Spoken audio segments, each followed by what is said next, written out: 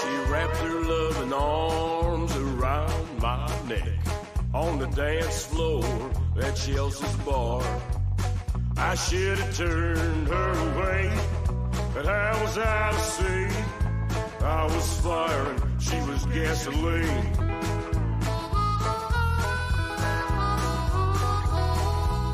But we were both sad and lonely after what death had done. But like rattlesnakes kicked across the ground, our true loves were dead and our hearts were full of grief. I was firing, she was gasoline. Good God, I was firing, she was gasoline. But we helped each other outlaw to ease some of the pain. Best friends and lovers most of the time. But I would go mad when she would turn mean. I was firing, she was gasoline.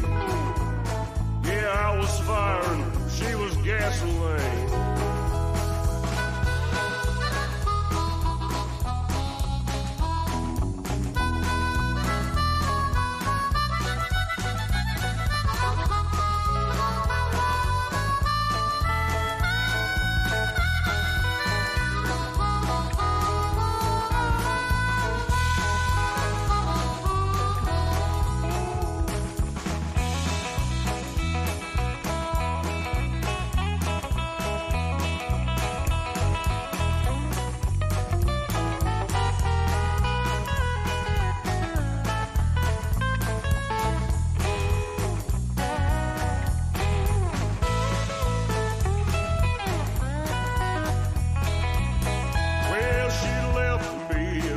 Times as I threw her out.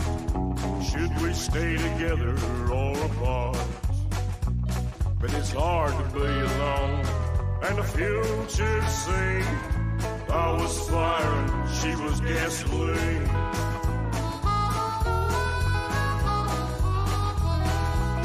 But when we got locked up in the Chester County Jail, we both knew it was too far out of hand.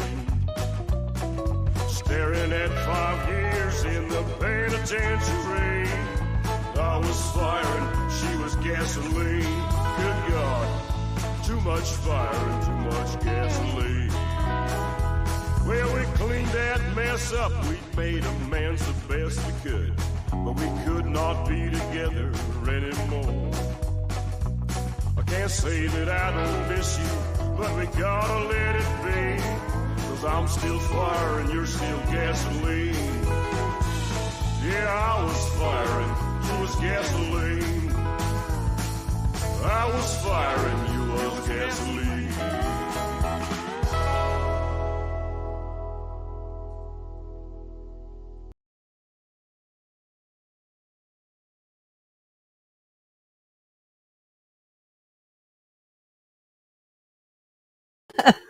Hey, everyone. Hey, everyone. Did you like our little tune? I had a hat up here somewhere. Oh. I lost my hat. It's those dance moves you were doing. It was a dance moves. Well, let me see if I can find your hat. That's all right. Hello, everybody. Welcome in. I don't know where I put my hat. I'll find it. You welcome people. I'll go look. I will go in. But welcome in, everybody. Hey, Carol, how are you? And Patty, Minnesota gal, welcome in. Johnny and Christine from Gillum Farms. Glad you guys are here. Hey, Jan, how are you doing? Glad to have you here. Christy, welcome in. Ed, how you doing? Susie, welcome in. Just want to say hello to everybody. And Tiffany, Canadian Family Life. Kim, how are you? It's been a while. Glad to have you with us tonight. And let me see here. Hound of Goshen. And there's someone new, Broken Hearts Ministry, Gail. Glad to have you with us tonight. Glad to have you in. Who else here? Paul, all the way from England. How are you? Glad to have you here, my friend. Hope you're doing good, feeling better. And Jen and Steve, good times. And yeah, please don't forget to hit that thumbs up. And forgive me for the glare. It's just the lights in here. I had to move some lights around a bit, and I thought I had it corrected. But anyway, it's still glaring here a little bit, but it is what it is. So, hey, John Bailey, how you doing, my friend? And let me see, Dave and Sandy, how are you guys doing tonight? Glad to have you in here. Let me see, who did we miss? Hopefully nobody. That's right, Paul. Thank you for the reminder. Hit the thumbs up if y'all don't mind. I hope you like that little bit of music we shared there at the beginning. We just wanted to kind of lighten it up a bit. Hello, fire and gasoline. Yeah, it's quite a fancy intro, Mr. Willie. We just did that tonight, and thank you, Jesse, for helping me with that. Thanks, Carol. Just fun. Hey, Christine. Jumping back on the road, but she'll be listening. On your way home, are you, Christine? Drive safe. Drive safe. She's probably flying. Yeah. Well, all day I get to yell at Tony. Off. No, sit, stay. So she got a new dog and called it Tony. Who said that? Paul said, Joni, tell me to get off the throne and put the what was I saying? I don't even remember now. But anyway, I got to get my hat ready here. Just a second, everybody. Just a second, everybody. Oh, we look awful yellow. Anyway, welcome everyone. There we go. That's a little better. So good to have you all here. Yeah. And Marshall, good evening. Let me see. Mr. Willie, Google Queen, Joni and the Google Queen. David and Sandy, Tony, you're so like David. Where's my hat? I need my hat. And Carlene Vasseur, how are you? As Jesse says, Vasseur. Mm-hmm. And hope we're saying that right. That's all right, Carlene. We're just glad you're here when you can be here. Hey, Kevin. Glad, happy for you guys. You got the light fixed, the switch, and Jerry went over and helped you out with that when they delivered your new mule. Yeah. And glad that worked out for you. Absolutely. Paul, you're 4 minutes late already. I'm already on here, Paul. Hey, Joe. Hey, Joe. He said the music made my day. Oh, all right. Good. Christy, there you are. And so anyway, hello to everybody. Hey, Jen. Happy Tuesday, everyone. Love the last two videos. Great to see the mill set up. Yeah, we got another one out there last night, I think it was. Right, so the new, the latest mill set up. It was good to get that mill set up and going again. It's been way too long because we tore it down from the old homestead and brought it with us, obviously. But it's been 10 months since we've had that set up. So glad to get it set up. Thank you, everybody that helped out with the concrete and all the stuff that goes with it. We really do appreciate it. It really helped. So Paul said my screen was still listening to Fire and Gasoline. I think that's over. I hope you all can hear me. Well, let me see. Yeah, it should be. You guys can hear us, right? Yeah. Yeah, you guys can hear us. There you go. Yeah, just refresh. Yeah, just refresh it. Come on, Paul. What's going on, buddy? Get with it, will you? Come on, man. I'm just teasing you. But anyway, yeah, we came over here to StreamYard. Let me make this just a little bit bigger. There.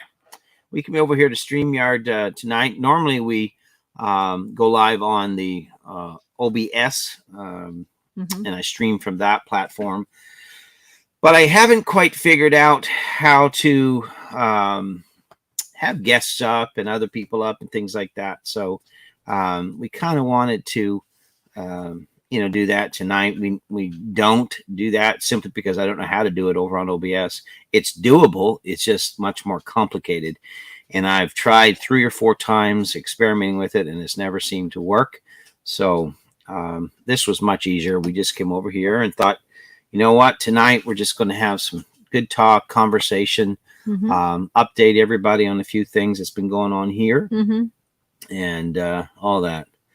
No, we didn't waste any time getting the mill up, Carol. We we really worked hard at it, and I'm glad that we did, Yeah, for sure. Paul said, I think my PC's having a can't be bothered day like me, Tony. Well, Paul, we're glad you're here, buddy. Yes, we are. But yeah, so the mill video, I have another one that's going to be coming out right away as well. Just really trying to get the videos out now and get caught up on some stuff. But if you haven't watched the latest one, and you don't mind going over, that would help us out so much. We really need to get those videos tracking again with the AI and yeah, go on over, and there's some good music on there, some good jazz music. Yes, good music for shows sure. us setting up the mill. Yep. The next one will be we'll be doing some milling, things like that. But we also got a couple coming out on the house, the roofing and different things like that, and the hot water system. So we have a lot of content. Yeah, we do. We have a lot of content to get out. Well, it's just been difficult because it was taking so much gas to speaking of fire and gasoline. To edit. And I like to edit my videos. And so like the last video that we just put out yesterday, that had 74 clips. And so it takes a lot of time to edit those clips. And I like having a good video. I don't leave everything in. I just don't let it roll as it is. I like adding some good stuff, cutting out what doesn't need to be there. And that takes time. And to do that, we had to run the generator. But we've got that worked out. So now we're getting caught up with some stuff here. So, hey, Peter, Old Man King, welcome in. And Scott, how you doing, buddy? Let me see. I missed somebody. I love the music in the last video. It sounded like Zappa. Yeah, I try to, change it up a bit, for sure, just to make it good. And, I like that kind of music. So, yeah, Carol Joni's cracking the whip on me. She always does. No, he was cracking the whip on you. Oh, is that what she said? That's what she said. Oh, okay. That scrolled by so fast and I didn't catch it. Well, Oh, it's all good, Carol. I need it. I need it. She don't. I work hard and I work quick. I get things done. And sometimes I have to realize that she's not me and she's not as strong as I am and all of those things, but she does good. And honestly, I just like having her there just to be around. So it's good. Jen says, yep, we haven't done a lot around here and I have a video, but no uploading, but it's from the fact I zone out on shorts. Okay. Well, you can do it. You'll get there. Hey, sure. Jen, I really enjoyed that video when you got the pups. Yeah. They are adorable. She went and got two. She called one Tony. Two, I think they're beagle. Yeah. Beagle puppies. They are just adorable. Cute. Hey, Chelsea, how are you? Chelsea and Zach. Welcome. Yeah. Also, sometimes the best part of video is seeing all the struggles and how you overcome them, Tony. That's the truth. And we leave a lot of that stuff in. Like the one we filmed one today, and trust me, speaking of struggle, we'll talk about it here in a minute, but it's raw and it's rough and it's dirty and it's tough, but hey, it's what we're going through right now. It's real life. It's what it is. Hey, Patty, Minnesota gal, she says, listening while making something there. Zucchini fritter. Okay, zucchini fritters. Well, that sounds good. Sounds really good. Yeah. Carlene, I don't think YouTube likes me today.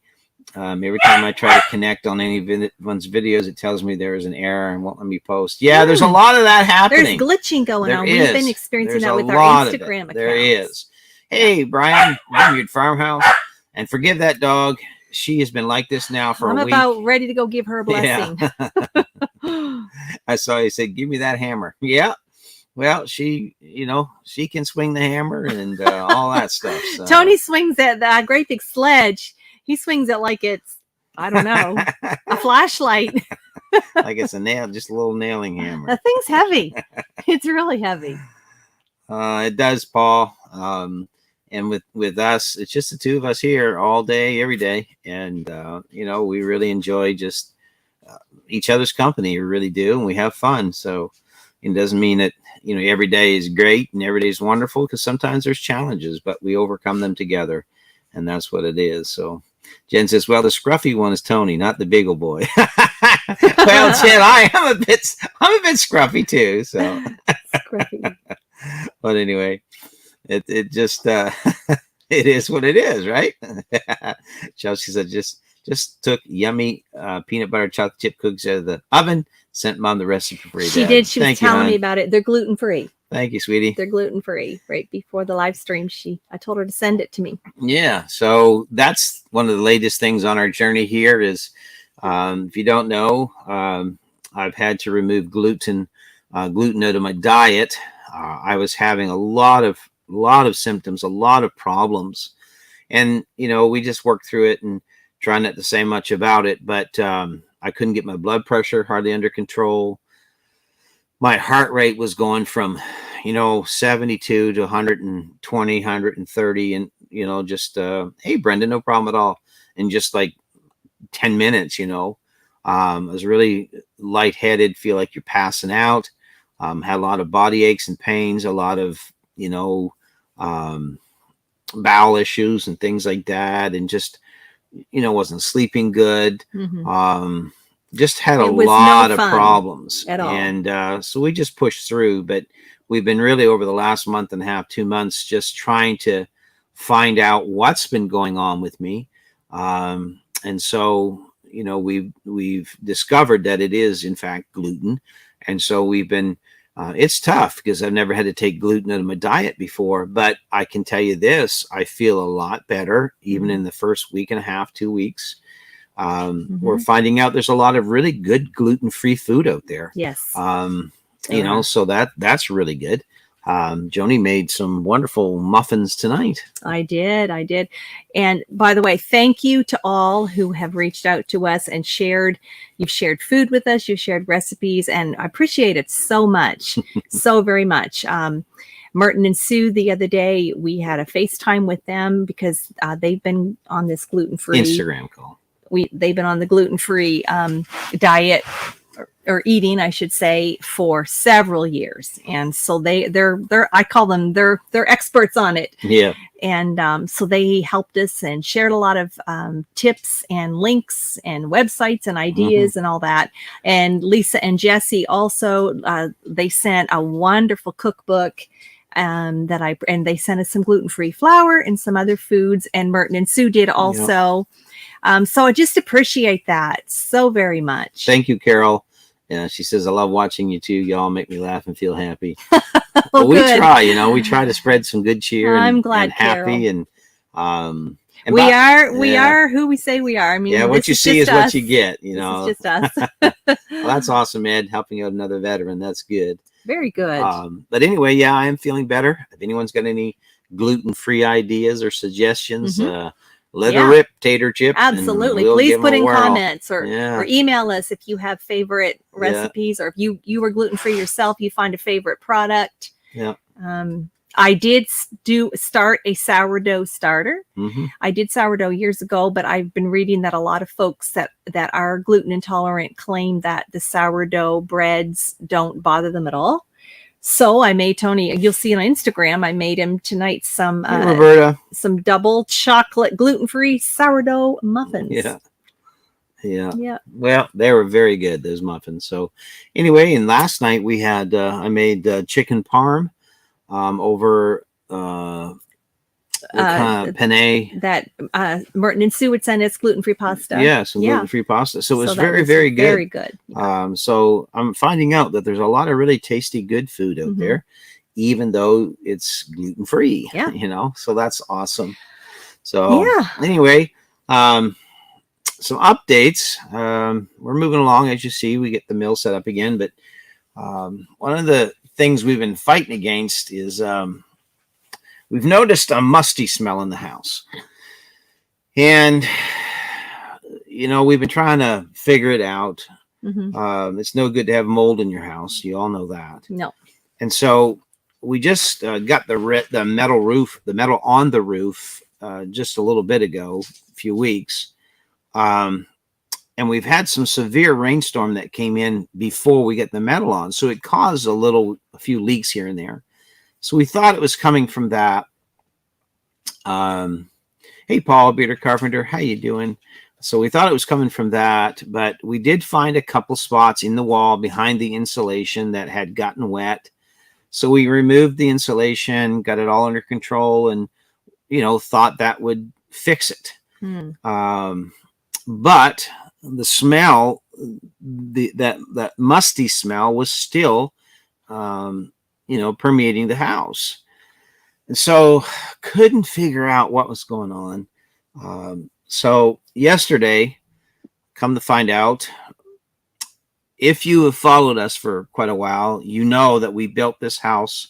We started in October of last year, and then we got the floor down, but then we built the walls and, the roof. All of it took a lot of time because, when you're doing it by yourself, it does take a lot of time. Yes. And so we had a tremendous amount of water, rain, and snow that came down on the floor, the OSB boarding. So we started thinking maybe it's there. And so we put down a thin, it's like a silver bubble wrap membrane insulation on top of the floor joists, and then put the OSB on top of that. And that was insulating for the floor. Well, come to find out, all that rainwater has been sitting between the OSB floor and that insulation. Because that insulation was waterproof, it held it in place. So the thing that was causing the issue was all of that water that has been sitting underneath the floor, but above that thin insulation. So it has caused us quite a bit of grief. Christy says asparagus is supposed to be really, really good. Yeah. For all that stuff. So Christy, I'll definitely look into that. Definitely. Do you have gluten issues, Christy, yourself, or? Yeah. So anyway, like Tony was saying about our floor situation and the basically the mold, and also we've been fighting humidity in here, and there's been dampness. Thank you, Lisa. That being said, we know the weather. Thank you, guys. The weather has changed. It's changed a lot here. We've gone from having the hottest month we had, setting record temps, to now it feels like fall. And that affects your house for sure. And where we are still building, it's, like we don't have our skirting on. We don't have our I don't look good in skirting anyway. But. Well, I think you would, but anyway, what's that called? The soffit. Like we have to soften these. We have to do all that stuff before winter. Paul says, "Did you have to drain the water and dry the OSB before sitting it again, Tony?" So what we've done, Paul, is today I spent most of the day under the house, and I had to cut all of that thin membrane insulation out, and there was gallons of stinky, nasty water that came spilling down. Yeah. So we've got it on video, and we're going to make a video out of it, and you'll see how dirty it was. My word, Tony, that's some bright. What we've got to do, it's not going to be easy. The first part of it was today getting it cut out and getting it drained. So I got all the water out of there. So now, yeah, that's right, Paul. So now I'm going to leave that open to the air. Luckily, there was only 5 spots that had any mold, black mold on it. So I'll be able to crawl back under the house, spray that down with mold killer, and then I'll have to wire brush it, clean it all off, spray it again, make sure it's dead, and then let it dry. It's going to be a lot of work because now that I've cut all the insulation out, I have to replace it. So that's never easy, and it's not cheap. So that's a surprise we didn't need. That's an expense that we didn't need. But we have no choice because you can't live in a house where that mold and that musty smell, you'll get sick all the time. Well, that's what Christy just saying here. She got really sick from exposure to black mold. And she was only in there 5 days, she said. Wow. Yeah. So anyway, All right, Jesse, I got some of that right here. what we've done so far is, man, that all of a sudden got right bright. It's terrible. Let's try this. Well, I don't know how you're going to do that. That's what Jesse said to do. Well, it's going to be right in front of the camera. Huh? All over the light here. And it's going to cut down the glare. Don't knock my light off. I won't. Just keep talking. We'll see if I can fix up the studio here. So, where was I? So yeah, so the mold was no fun. So what we've got going on right now, it didn't help it one bit. Hmm? It didn't help it one bit. Jesse, it does Yeah, have to I be. got it. I got Okay. it. I put some up there. I just moved the screen.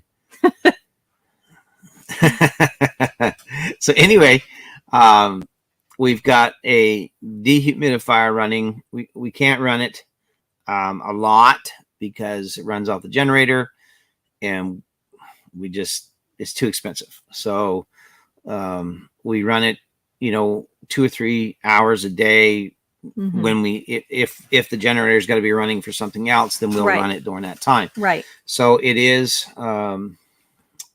pulling some of the moisture out, which is good. We've got some active charcoal. Yeah. They're called air Like purifier sponges. magnets. Yeah. And it's pulling that. So we're hoping that here, in the next little bit, we'll be able to see a big difference inside the house. So, but it has been something. It's just one thing after another. But like I told Jesse today, I was talking to him, and it's tough. Okay. If you're going to be a homesteader and you're going to build your own house, you got to have some grit and some get up and go to you. Mhm. And you can't let everything beat you down. That's so important. Mhm. Because it's so discouraging to see that we now are distracted from doing other projects to get this one corrected. However, the silver lining is there was enough slack in that insulation membrane that the weight of the water caused it to push down away from the OSB board. Mhm. And that stopped a lot of mold from setting into that OSB.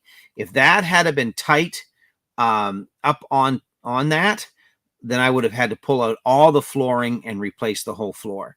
As it is now, we have to replace the insulation in the floor, but at least we don't, as far as we know, we don't have to replace the plywood, the OSB on the floor. So that's what we're concentrating on. That's what we're looking at, that it could have been a lot worse. So much worse. So much worse. We're happy. So we are counting our blessings. Yeah. There's you can always find something positive in anything. So yeah. Jim, I think they did too. Yeah, I see Jim said that. And I think, there's been others that I've talked to Mhm. through, YouTube and stuff that have used the same thing. And it's one thing if you've got a big crew to come in and build your house and the floor's down, the walls are up the next day, and the roof's on, and in 1 week you've got floor, walls, roof. Yeah. You don't have to worry about that stuff. But our floor was open to the elements for 2.5, 3 months. Mhm. Water, snow, ice, continually. Well, even in the best of conditions, because I know many of you live in a 2-season climate, even in the best conditions, it's still a challenge for 2 people to build a home from the ground up. But you factor in the 4-season climate. Yeah. You factor in, we didn't get on this land till last August. We didn't break ground until it was September, mid-September. We didn't start building until October. No. So, and then, as you all know, the ones who've been with us, and you go back and watch the videos, we were in a tent for 5.5 months. Yes, but while we were in that tent, part of the work was digging those 16 holes, and you all know how that went. Foundation holes by hand. But if you're new here, go back and watch those videos. And well, you'll Johnny, know what we're talking about. He says, I ain't got one of them shirts. Well, what can I say, man? I mean, see if Christine's got one, you can wear hers. Being tied in a knot. But I don't want to miss some comments here. So we got somebody new in here. Hey, Andrew, how you guys doing? Hewlett. Hewlett. Okay. Glad to have you just laying in our bus watching your live stream. Well, good. Man, that's awesome. I think it's your first time being so here. welcome in. Welcome. We're so glad you're here. And everyone show them some love for sure. Yeah. Do we know you folks? Have we met you? So because I know we met a few people like out on the road, like at the gas station in the summer. Remember, people traveling and other YouTubers, and we exchanged stickers and things. So I don't know, maybe it's some of them. But we're just glad you're here, man. We're just glad you're here, and we hope that you're traveling around your bus. So I hope you're just having the time of your life. I hope so. Yeah, for sure. And how about those gas prices? Yeah. Paul says he solved it by slicing down the middle and sorted out the mold and let it during the heat, and then taped it shut again. Well, I don't know if I'm going to be able to reuse what I cut out because there was a lot of water and it's kind of really drenched. Yeah. So we'll see. Christy says they even had a protocol in the Bible with the priest inspecting houses for mold and instructions for what needed to be done. Yes, they did. Yeah. You're right. Jesse, Johnny, we're waiting for Bonfire to come out with a woman's version with a knot in the middle so you can wear it nice and tight like you prefer. Somebody needs to get on that. Yeah. Our house, just a small little house, Andrew. It's just, it's not big at all. It's just a cabin, actually. And it's just, my wife and I, and it's basically 2 rooms. That's the area, the living room, kitchen area. But what's the dimensions he's asking? And then the bedroom. So it's not a very big house at all. It's our cozy cabin. Yeah, it's just a little cabin. Andrew says we are in a jacked up bus. Yes, well, that's cool. Awesome. He said we met in the parking lot last summer. Yes. Well, okay. Thank you for joining us. Cape right now, doing the same thing as you guys, minus the YouTube channel. Oh, you need to start one, bro. Wow. Go ahead, man. Step out there and just do it. Start it. Yeah. Yeah, you got lots of content, I bet you right now. Right. I bet you do.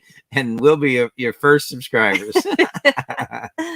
They're in Cape Breton right now. So. Oh, Cape Breton's beautiful. Yeah. So beautiful. Anyway, Missy Christy, I've been feeling so overwhelmed. I just went out and watched the sunrise and worshipped. There you go, Christy. And that's what you have to do. There's always something to be thankful for. Always something to be thankful for. Yes. And I just, really made up my mind because this is a huge deal. Mm-hmm. I mean, this is tough because not only is it under the house, I mean, I got to work, up overhead with my arms up with a shoulder that needs to be repaired. Mm-hmm. And it's really just a crawl space. Yeah. Right. I mean, I was down there trying to crawl around and film. Yeah. So Chelsea, don't tell Zach, but I'm going to have Zach come out and help me put it all back together if he can. Yeah. Yeah. But anyway, you know what? I'm just happy that all the OSB was not black molded, because if that had been the case, that means all of that flooring would have to come out, every bit of it. And that's an expense we do not want. Andrew said, really enjoyed the video on preserving wood. We just built a timber frame outdoor kitchen. Awesome, Andrew. Oh, wow. I'd love to see some pictures of that, man. So where are you folks based? They're in Cape Breton now. I thought they're traveling. They were, but now they're in Cape Breton. Oh, so you're living in Cape Breton. Well, awesome. Beautiful spot. Yeah, Andrew says content, but no patience. I hear that. I know that feeling, man. It's all right. Christy said that was a lesson in perseverance watching you get those footings in. I tell you, you're right, Christy. You guys know. Yeah. Remember that one boulder? Yeah. That he worked at for days. Go back and watch the video, Jesse, or one of you. Maybe you can find the link to that and share it for the new folks. Yeah. I mean, we hooked on the truck and a chain, and we pulled that out. You drilled it, right? Several times. Yeah, I drilled through it with a hammer drill with a big 1-inch bit. And then I pushed a crowbar through it. Yeah. And then I began to rock it back and forth to loosen it up. I mean, you got to remember that's, 40 inches down in the ground. Yeah. And I got it moving enough that I could get a chain under it. And then I had Joni pull up to the hole with the truck. Mm-hmm. And I hooked the chain to the truck. And we pulled, it was about 300-pound rock. Yeah. It was a big rock. We pulled that out of there. So I fought with that rock probably for 11 hours. But easy. There was no moving the foundation of the house. No. So that rock had to come out. Yep. And it was either it or me. And I was just determined enough that it was that rock was coming out of that hole. So, and it did. It did. And that rock is still here. And Yep. In some point down the road, when we get to the fun part of being able to do some, what's the word? Landscaping. Yeah, landscaping. Just some landscaping. That rock is going to be there. So, yeah. And so anyway, that's kind of the story there. Big Beach, Nova Scotia is where Andrew's at. That's where they're at. Do you know where that is? You're from Nova Scotia? Cape Breton. Big Beach. Yeah. But yeah, it was a lesson in perseverance for sure. It's a lesson that I said this today when we were filming, and I've said it already here tonight. Sorry for the repeat, Jesse. But homesteading, if it was easy, everybody would be doing it. Yeah. We didn't start this in our 20s or in our 30s or in our 40s. No. We're in our mid 50s. I know we look 29. I know. What can I say? What can I say? But it's just one of those deals where you find a way and you get it done. So Tony, did you learn some Navy words? I'm not. I was pretty good, Jim. I was pretty good. Hey, Marshall. Did we say hi to Marshall already? We did, yeah. Okay. So, but anyway, that's kind of where we're at with the update on our health and our house. On our health, on the house. We got some great content coming out. You guys are really going to love it. What can we just talk about? Watching videos a little bit for just a few minutes. And Jesse, if you want to come up, come on up, and I want to get a little talk on here a little bit about just what it means to support a channel. I'm not talking financially. I'm saying what can we all do to better support the videos that are coming out and content. Anyway, Andrew says, we're curious what made you guys want to do this. Well, it's a long story, Andrew. But you'd have to go back and watch at the very beginning. We had a homestead in Nova Scotia that was all set up. We were doing very well there. I want to be nice, but yes, greed came into the picture from some individuals, and anyway, we lost everything. So we had to start over. We were basically forced to start over. And that's in our videos. You can watch. And that's a little over a year ago. Yeah. Mm-hmm. And so, not by choice, but sometimes, your steps are ordered and you don't understand where you're headed, but you just have to keep walking. And Jesse has the link to that video that we're talking about right there. So, we didn't know where we was going, but we found this piece of land and miracles started happening, and everything about our journey to here and forward has been one miracle after another. Totally. So it's quite a deal to watch. Yeah. I'll be honest, Andrew, you can watch the videos, but you'll see there's been some very emotional times. There's times of, we're absolutely wore out. There's times where we're up against it, but we find ways to work through it. There's enough quitters in the world. We don't need to be quitters, and we don't need more quitters. Right. We need people that find a way through it. Everyone, it's easy to quit. It's hard to keep going. And if you know anything about me, you will know there's no quit in me. There's no backup in me. There's no give in. I will get something done somehow, some way. And if you know me on this channel, if you know us, you know that that's how we've done things. Right. And so all these folks on here has helped us so much. Hey, Jesse and Lisa. There's Jesse and Lisa. Yeah. We're wearing their shirts. Of course, we've had these shirts for like a year or so now. Yeah. Let me unmute you. There, can you hear me now? Yeah. You're I can't pull that on you, can I? No. So for the new folks here, just quickly, this is Jesse and Lisa from Lazy Days Ahead. They have another channel, and please check them out also. Tony does the Navy Lake crayons. Let me see. Oh no, yeah, check it out. Okay. Andrew, inspiring. See, Christy started at 66, still wondering about my sanity. I know, but it's okay. I'm just going to answer these questions real quick, Jesse and Lisa. And Jim says, were you able to keep any of your Sugar Shack stuff? We kept all of the contents of the Sugar Shack, and you guys are going to be really excited. We're going to be setting that up this spring and this coming spring, and we're going to be doing maple syrup again on our homestead. So we're really excited about that for sure. It's going to be good. You won't want to miss that. Yes, Paul, Jesse's the mod father, but Lisa's the queen of jams. She sure is. And Lisa, did you see my Instagram picture? I put some of your strawberry jam across my gluten-free pancake. Yes, yeah. I drizzled it across the. I mean, I just had an IHOP moment today. Go to Instagram and look at the picture, you guys. Was it the drizzle or the butter? She has two of them. No, it was a drizzle. The drizzle. Okay. Yeah, it was a drizzle. Strawberry in there. Yeah. So yeah, and we just want to say, and we've said it, but we can never say it enough. Thank you to everyone that has helped us on this property. This homestead.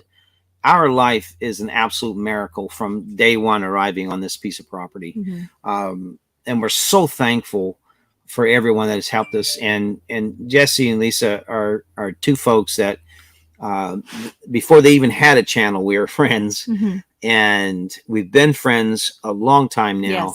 Yes, yes, we have. And they have every week been here for us, encouraging us. Because we've had some low moments, and they know it. We've had some low moments when there was $0, no gas, no nothing, hardly anything to eat. But they always tell us, God knows, God knows, God knows. And so thank you for always, just going above and beyond everything. And everyone else that has done so much for us as well. We appreciate it. So, yeah. For sure.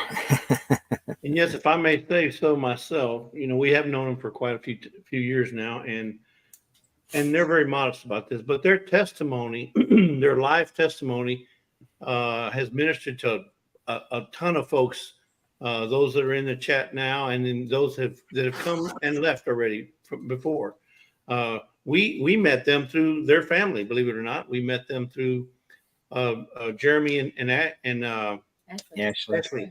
Jeremy and Ashley. So we were watching their channel, and they invited us or sent us over to Creekside, and we've been here ever since. So it was God knows, and we have come to love them and appreciate their ministry. And when I say ministry, not that they're going out preaching at churches and stuff, their ministry of their life, their adventure, their struggles, everything that they go through, we go through with them. And I say we, I mean everybody that's in this community that has been following them since day one, day one that we know, and it is a major testament to what God has been doing in our life by placing them in our life. Because if you're not involved in their Creekside Chronicles, he does a devotional on Sundays for about an hour.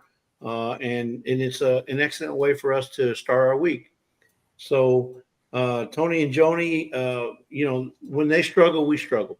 When they're happy, we're happy. When they're on cloud 9, we're on cloud 10. They make us feel that much more better, And the thing is I consider them family. I really do. Even though believe it or not, we've never met. We've never physically, I've never shook his hand or hugged his neck or anything, but I feel like I've known him all my life.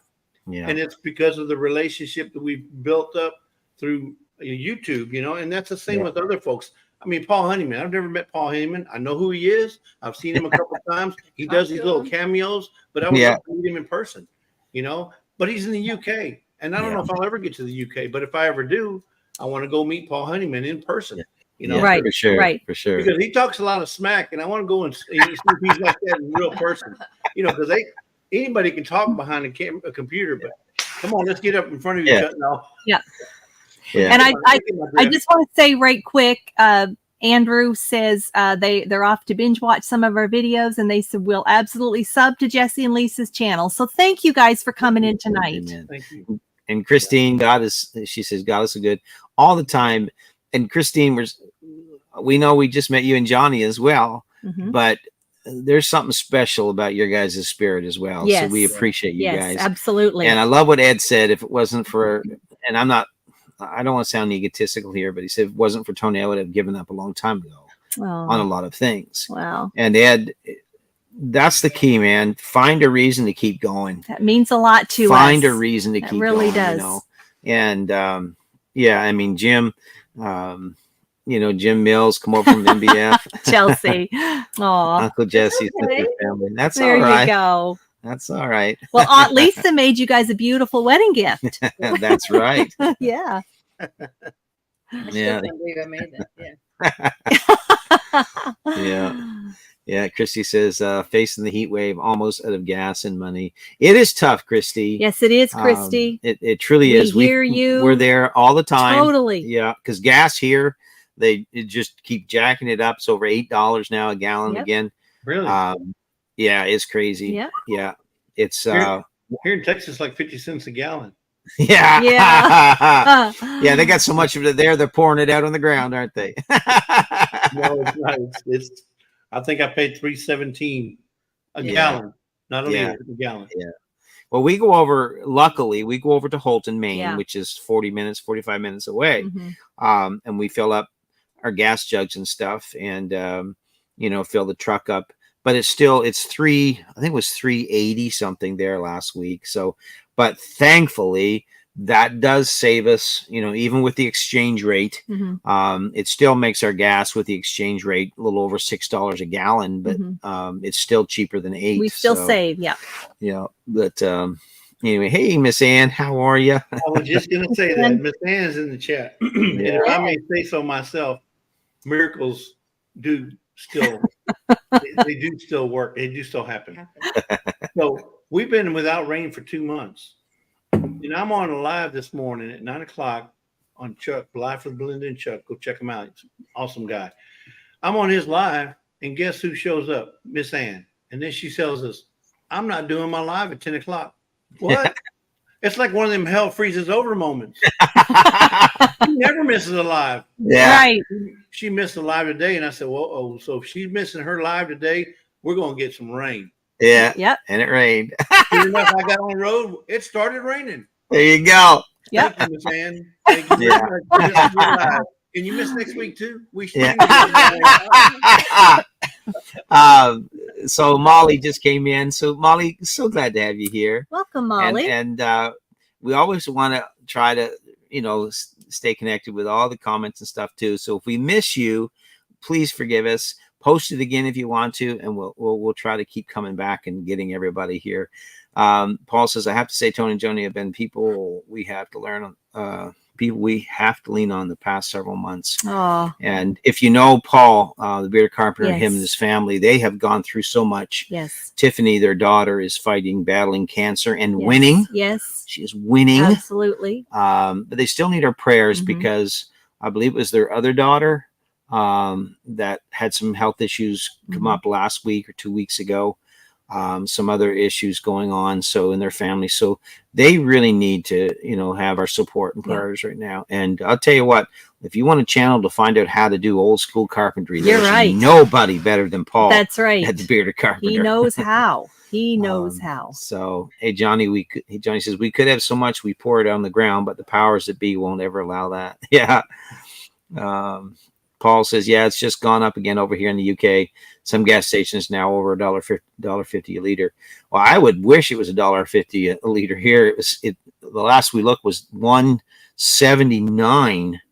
And so it went up again since then. But anyway, Hound of Goshen, welcome in. How you guys doing? Yes, Curtis and Kate. Curtis and Kate. Good evening. Let me see. So Mr. Willie, she's lucky I said yes. Lisa, you have any remarks? He's Hey, right. Lucky. I held her captive. I held her There captive. you go. Yeah, we know. Yes, you did. Yes, you did. I don't want to say anything but a locker, but Yeah, lock her. Yeah. There you go. There you go. There you go. Johnny says 409 a gallon for regular with no corn, which is what we use. So that's a little higher there. Mhm. The diesel's way up. It's in the 380s, 390s, some places a little over 4. Yeah. Diesel. Loma Sports says it's unusual to see people on StreamYard not insulting one another. This is very wholesome. Yes. Well, you know what? We care about each other deeply. Yes. Right. And this is a family. We joke around here and there, but we maintain respect. Absolutely. And that's just the way it is. Yep. So, well, welcome. Welcome. yeah. Paul says over halfway done with radiation and doing good. That's Tiffany's update there. So Awesome. yeah. Awesome. Hey, Sam, out and about driving Miss Daisy. How you doing? Hey, I drive Miss Lazy every day. Oh, you're matching with Ann Dale. Ann Dale, aren't these shirts just the most comfortable? I love these shirts.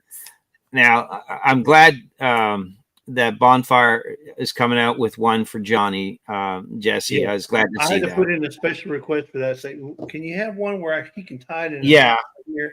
Right. Well, even if it pulls up and goes down through the top a little bit, Mhm. Yeah. just something like that, you Right. know. Right. And just saying, folks, so if you have a husband that likes to wear his wife's shirt, y'all let me know. I can set him up with a nice shirt. Yeah. And talk to Johnny because he has a good counselor to help with that. Just teasing. And he can't get out of it because videos are forever. No, literally, Yeah. literally, Jesse, literally, he couldn't get out of it. He couldn't. Ah. You have mentioned it, not in shirt.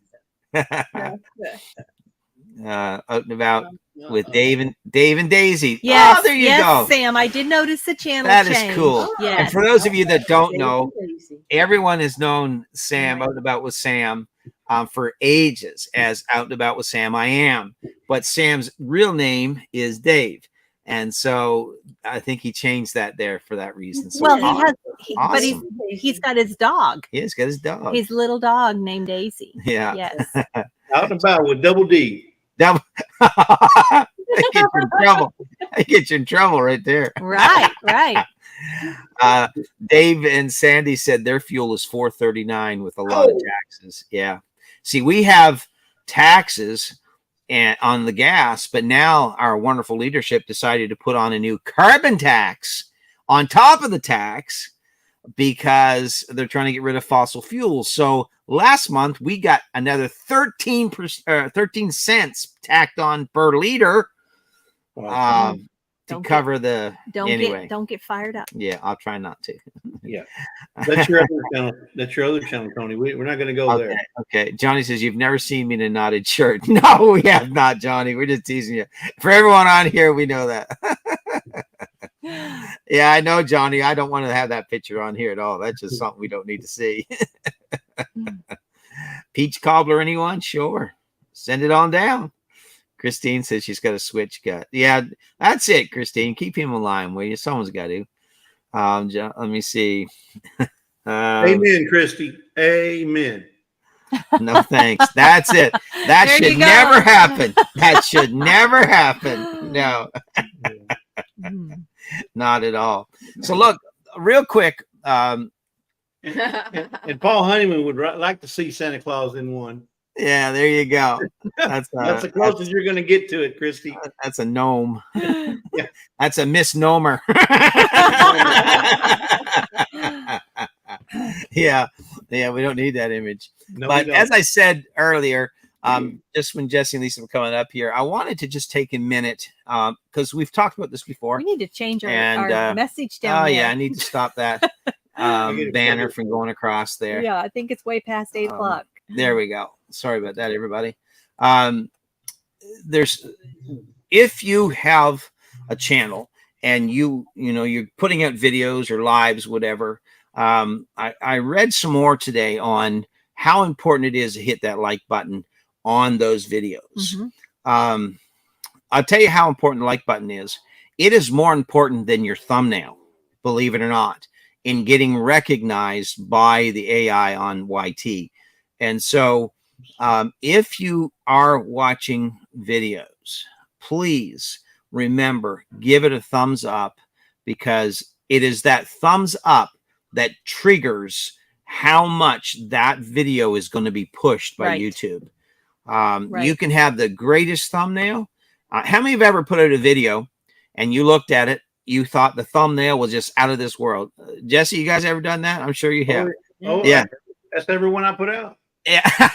And you look at it, and everyone in the chat, how many of you guys have done it in the chat?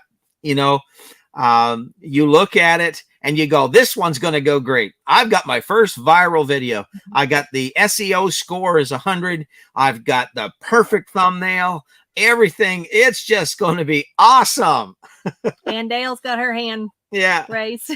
And then 2, 3, 4 days later, you're still sitting at 120 views. And a lot of it is because if you look, because I know on my channel, on our channel, we'll have 500 views on a video and 45 likes. Does that happen to anybody else? Everyone. Yeah. Everyone. And so I think if we can encourage anybody tonight to do anything in this community to help each other, besides, you know, being there, watching the videos and leaving comments, is remember to hit that like button, because that is so important when you're watching a video. And it only takes a second, even on the live, like when you're watching a live, it only takes a second to hit that like button. And it really does help how AI, you know, picks up your video and pushes it. So anyone got any comments on that? Jesse and Lisa?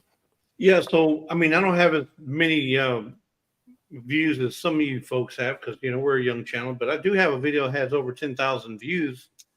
10,000 views, folks. That's a lot. 235 likes. Yeah. Yeah. Now, how do you have 10,000 views, only 235? I'll tell you how, because a lot of people watch videos. They don't know nothing about checking the thumb up or thumb down. And they don't know about subscribing. They just watch it. I mean, I know for years I watched videos on YouTube just to go learn how to do something. I didn't know how to subscribe. I didn't know nothing about that. So it's a little bit of ignorance, if you will. Not to say something bad, but they just don't know.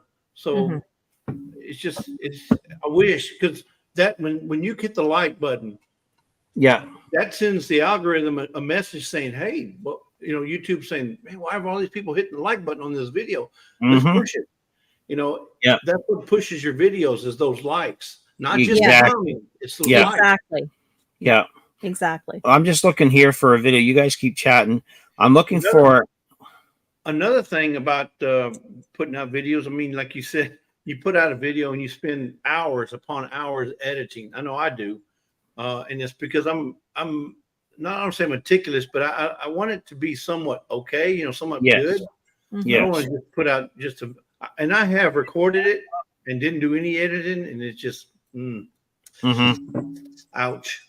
But you know, the more you put into it, it's like your car. You know, the more you polish it and clean it and dress it up and make it look good, it makes you feel proud when you get inside of it, right? Yes. As opposed to something that's just drivable. Yeah. And it sends a message to the people that you care about the product that you're trying to put out there, because you're a creator. You're creating a video, right? And you want it to be the best it can be. Yeah. Well, I know, not to cut you off, Jesse, but I just want to say this here. Like one of our videos, I just pulled it up here. It's got 43,000 views. Okay. 660 likes. I mean, that's not even 10%. You would think if you could get at least 10% of your views, that would be great. But it's like I said, I think some people they're either lazy or they just don't know. Yeah. I think a lot of people just do not know. Yeah. Well, I think do not know. I think, in all fairness, the people that watch outside of the community that we call our family, our community, we can't, what they do, they're going to do, because we don't talk to them. They're just watching videos. But within the community, I think that if we could all just take that extra, like it takes 2 seconds to hit that like button. Yeah. There you go. 59,000 views and 471 likes. Right. And so a lot of it, and you bring up a good point, Johnny. Some people that are watching on their big screen, their TV, I don't know if you can hit the like. It just takes a few extra steps. Yeah. We do it on our smart TV, but you got to manipulate the. Yeah. You know, Mhm. Because I know on my phone, if I project it wirelessly to the TV, that because we watch a lot of videos that way, then we can still Oh, there's little Daisy. hit the like button on our phones if we just go back to it, you know. Yeah. But I think that you're right. I think a lot of it is just we forget. We all do, me included, you know. Brenda, that is a really sharp looking logo that you have. Yeah. I like that logo. Well, Ed, you know, if Ed says I can't get people to watch my videos, everyone chime in here for a bit on this. There's some things you have to do to have. Not everyone is going to eat everything off the buffet. They're just not. And so you have to, like, we have videos that do 1,000 views. I've got videos at 30,000, 40,000, you know, but I've also got videos with 200 views. Because, and Jesse, you can attest to this, that a lot of people, it's got to be what they want to watch. And if they don't want to watch it, they're not going to watch it, you know. And it has to be interesting. The content has to be there. And I'm not dissing anyone's content at all. I'm just saying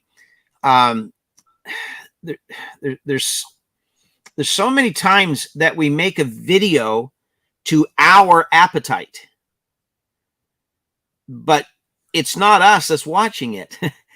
You have to make a video to be palatable to the people that are potential watchers. Yes.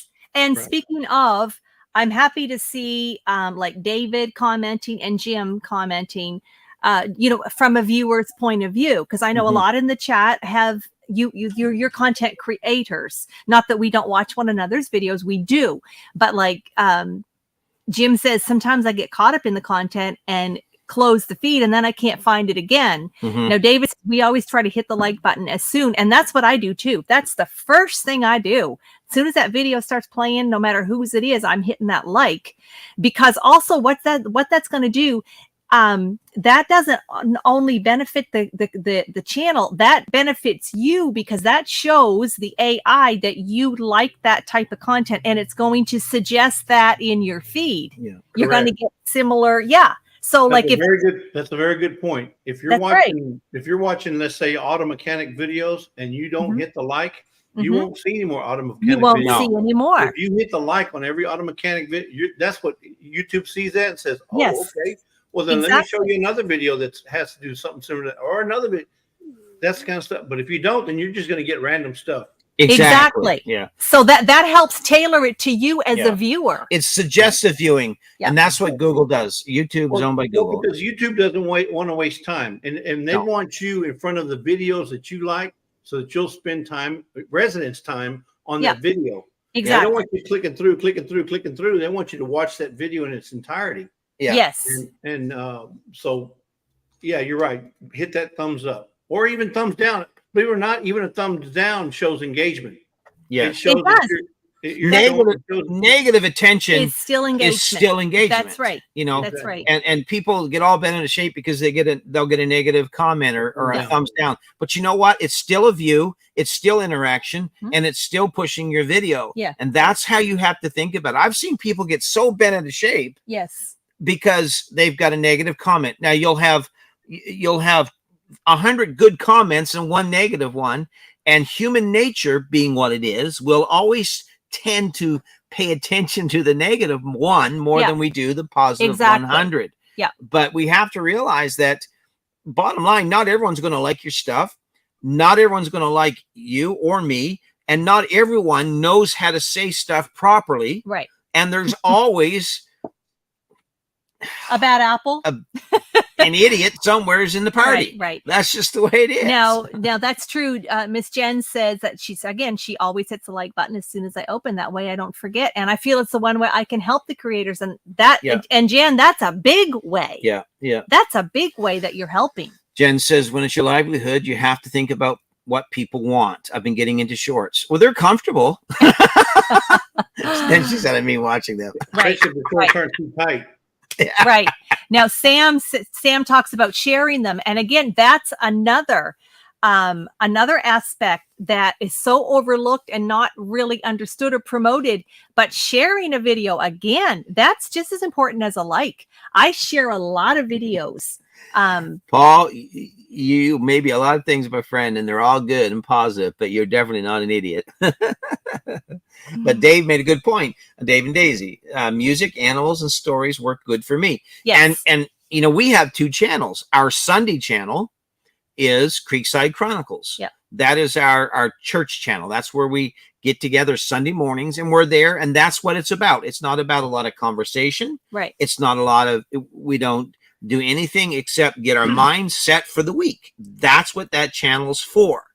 And, you know, we enjoy that. Good evening, Bruce. Good evening. Yes, Bruce.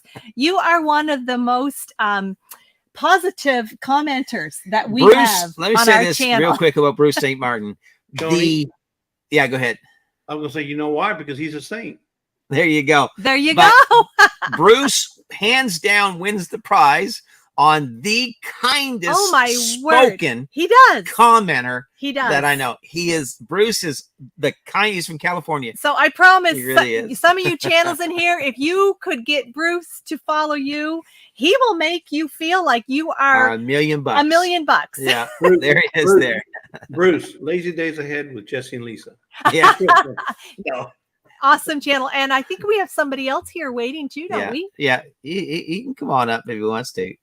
But yeah, I just want to say, hey, Johnny. how are you? Welcome. Welcome in, Johnny. Let me see. There you go. Gillen Yeah. Farms, for those of you who don't know. Nice t-shirt. Yep, that's okay. It's acceptable. So.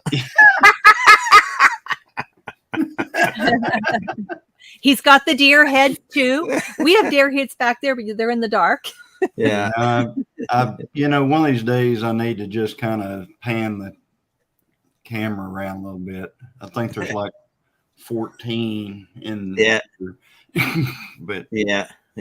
Now look, everyone's saying, Bruce, we need you to visit. We need you to visit. Great we guy. need you, Bruce, to visit Gillen Farms. Yeah. Yeah, Bruce. Yeah. we like Oops. I want to ask right quickly, Bruce, if you don't mind, how many channels are you sub to? I'm just curious. Hey, Tim, how are you? Surviving Maine. Welcome in, Welcome, buddy. Tim and Carol. Yeah, great folks right there, boys. Oh, And he has also he knows his stuff too, doesn't he? Oh, there's nobody that can build a vehicle or tractor, whatever it is. They drove up here from Maine on July the 4th Yeah. in that vintage Jeep that they have. I wish we'd have got a picture of it, but you can go to his channel and you can see his Jeep. There it is. He shrunk it. Honey, I shrunk the Jeep. where's the ducks? Tony, what year? Well, actually, they can tell us. Tim, what year is that Jeep that you guys drove up here? I think it's probably like the year I was born. Yeah, Tim's Jeep, I think it's in the 70s. I think. Oh, 70s? Yeah, Okay. that's why I can't remember, but yeah, Jen. But Bruce is, and Bruce is a really kind guy. Yeah, you, he is. You cannot go wrong with having Bruce St. Martin in your as a sub to your channel. He makes you feel really like is. you're the only channel on He YouTube. does. He makes you feel He like really does. $1 million. So thank you, Yeah. Bruce. Thank you. I appreciate that. In a world where there's so much negativity and there's so many people that think they know more and they think that having a platform to speak is they're licensed to be rude. Be nice. It's nice to find people that understand if you got an axe to grind, find some other stump because this isn't the place to Social do it. media is not the Yeah. place. So Surrounding Maine, it's a 74 CJ. Yeah, I knew it was in the 70s. Okay. But you talk about a Jeep. TJ5. Oh, I tell you, And he's totally restored it. he has. It's the coolest Well, Jeep. Tim, I'll say this, Tim Carroll. If you ever just need to park it somewhere for like 3 years,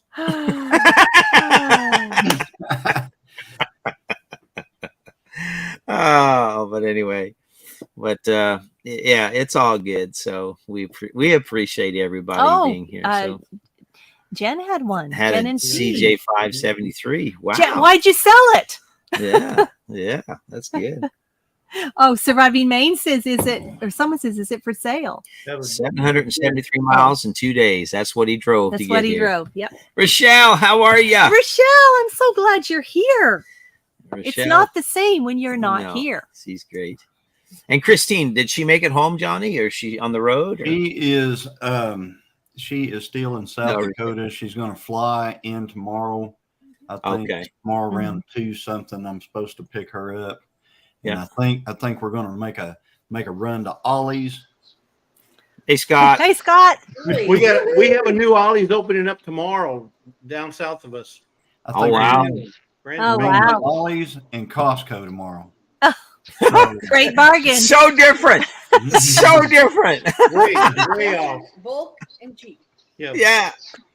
That's Right. so different. So. But I want to say quickly to Christine, I saw she put out a beautiful short video on, I think it was her own channel, and she's got her own channel. And just the scenery of where she's at. And she put a beautiful song too. It's only like 2 minutes long. Everyone go watch that video. It was just beautiful. Jen said the Jeep story is sad. But Joni, the reason Christine has a channel is because her husband won't let her put any content on his channel. Just saying. I mean, I don't know who he is. He gets real cranky. So Johnny, even if she's got flip flops on, you won't let her? No, we have put stuff on there and stuff, but the channel, I do a lot of dozer work and building fence and running the cattle and all that stuff, and then she wants to put a bunch of cooking videos and stuff on, and I thought that the algorithm is going to be like,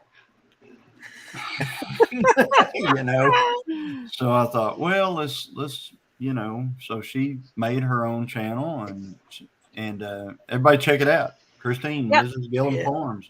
And I want to say quickly before, because our comment is disappearing from our chat line here. I did ask Bruce a question. He was so kind to answer. He said that he doesn't watch TV. He only watches YouTube, and he's subbed to 25 channels. So thank you, Bruce, for answering that. Scott, looks like you had a rough day, buddy. No, it was a busy day. But hey, and Scott, it doesn't look like you're wearing a hoodie. No hoodie today. I've got about 4 of them within handshot. Okay. It was cooler here today, Scott. Like it was like beautiful, like 72. Yeah, breezy all day. Yeah, it was very cool today. Yeah. It was a cool wind. It was nice though. Great t-shirt weather. It almost feels like fall. Just a teeny bit. You guys can send some of that cool wind anytime you want because it's you send me heat. You send me some heat, and I'll send you down a truckload of coolness. We'll send you all the heat you can handle, buddy. Yeah. Rochelle said it was a beautiful day there as well. Yes, Rochelle. Yeah. And I want to say, anybody that, if you want to see some beautiful, beautiful flowers, and she starts them all herself. Yeah. Check out Rochelle at Brampton Gardener. She knows her stuff. Check her out. I've learned a lot from watching Rochelle. And she is a wonderful seamstress. Oh, that girl can sew. She got it going on, girlfriend. She got it going on. And she's a fellow Canadian. Rochelle's a Canadian. Scott's a Canadian. So go Canada. Yeah. Brenda says Brenda says 105 there. What was you guys today, Jesse? Lisa? 103. And Johnny, that's not the field. That's not the fields like though. I think we got a break today. I think it was only like 99. Oh, cooled right off then. Wow. Yeah, I mean it was like, just a cool autumn, day. Do you want me to send you down a hoodie if you walked outside because they fogged over just immediately? Do you want me to send you down a hoodie, Johnny? You bet. Yeah, grab a sweater. Grab a sweater, Johnny. You're gonna. Of course, I mean you've got. That's bad because you've got the only hoodie. I mean, I don't got one of them. Yeah, I just going to say that. I ain't got one of them. I guess you just got to talk nice to your wife. Yeah, that's true. No, you know what he's really saying to us? It sucks to be you. It sucks to be you, buddy. I was just being politically correct, but you got that on the nose, Jesse. See? I got that in order. I can read his mind. Oh, man. Yeah. You So got Scott, that right, Paul. Scott, what say you about all this stuff we were talking about, the algorithm and likes and all this stuff? What do you say? Because I mean, you do. Well, we've been a lot of lives. Well, lives is where you get your likes. I do get 90% of my likes on lives. And on video, I can get around anywhere from 400 down, and I get about a third. Yeah, I think it's much easier because the continuity of the conversation keeps you in that, so that you can just hit that like while you continue on in the live versus a video. Absolutely. A video, you're there 10 minutes, 12 minutes, 20, whatever, and then you close it up, you're going on, and then you forget to hit that like. So. Well, and there's people that forget, there's people that just have no clue, and there's people that don't care. And, and I actually find that I've caught some of the biggest proponents of hit the like button, and they never hit the like button. Yeah. Johnny, go ahead. I'll be right back. Okay, Paul. Okay, Scott. See, Scott, you left before I could even. Anyway, so go ahead. All right. I've got my own thoughts on it. I really like to watch YouTube on TV. So, because I don't like to miss anything, I do not like to watch it on my phone because it's so small and I have a hard time seeing it. So I try to watch it on the TV. Well, you have to do things in order to like on TV. You have to move your remote certain and do certain things and stuff. It's not as simple as just like. So I think that a lot of the reason why we don't get likes is because there are a lot of people that YouTube is the only thing that they watch. Mm-hmm. They might forget that their remote can get them to a like button on the TV. Mm-hmm. So if any of those folks are in here, I'm just kind of reminding y'all. But anyway, Mousy Garden Kitchen. Because I'm subscribed to a lot of channels, and I'm guilty.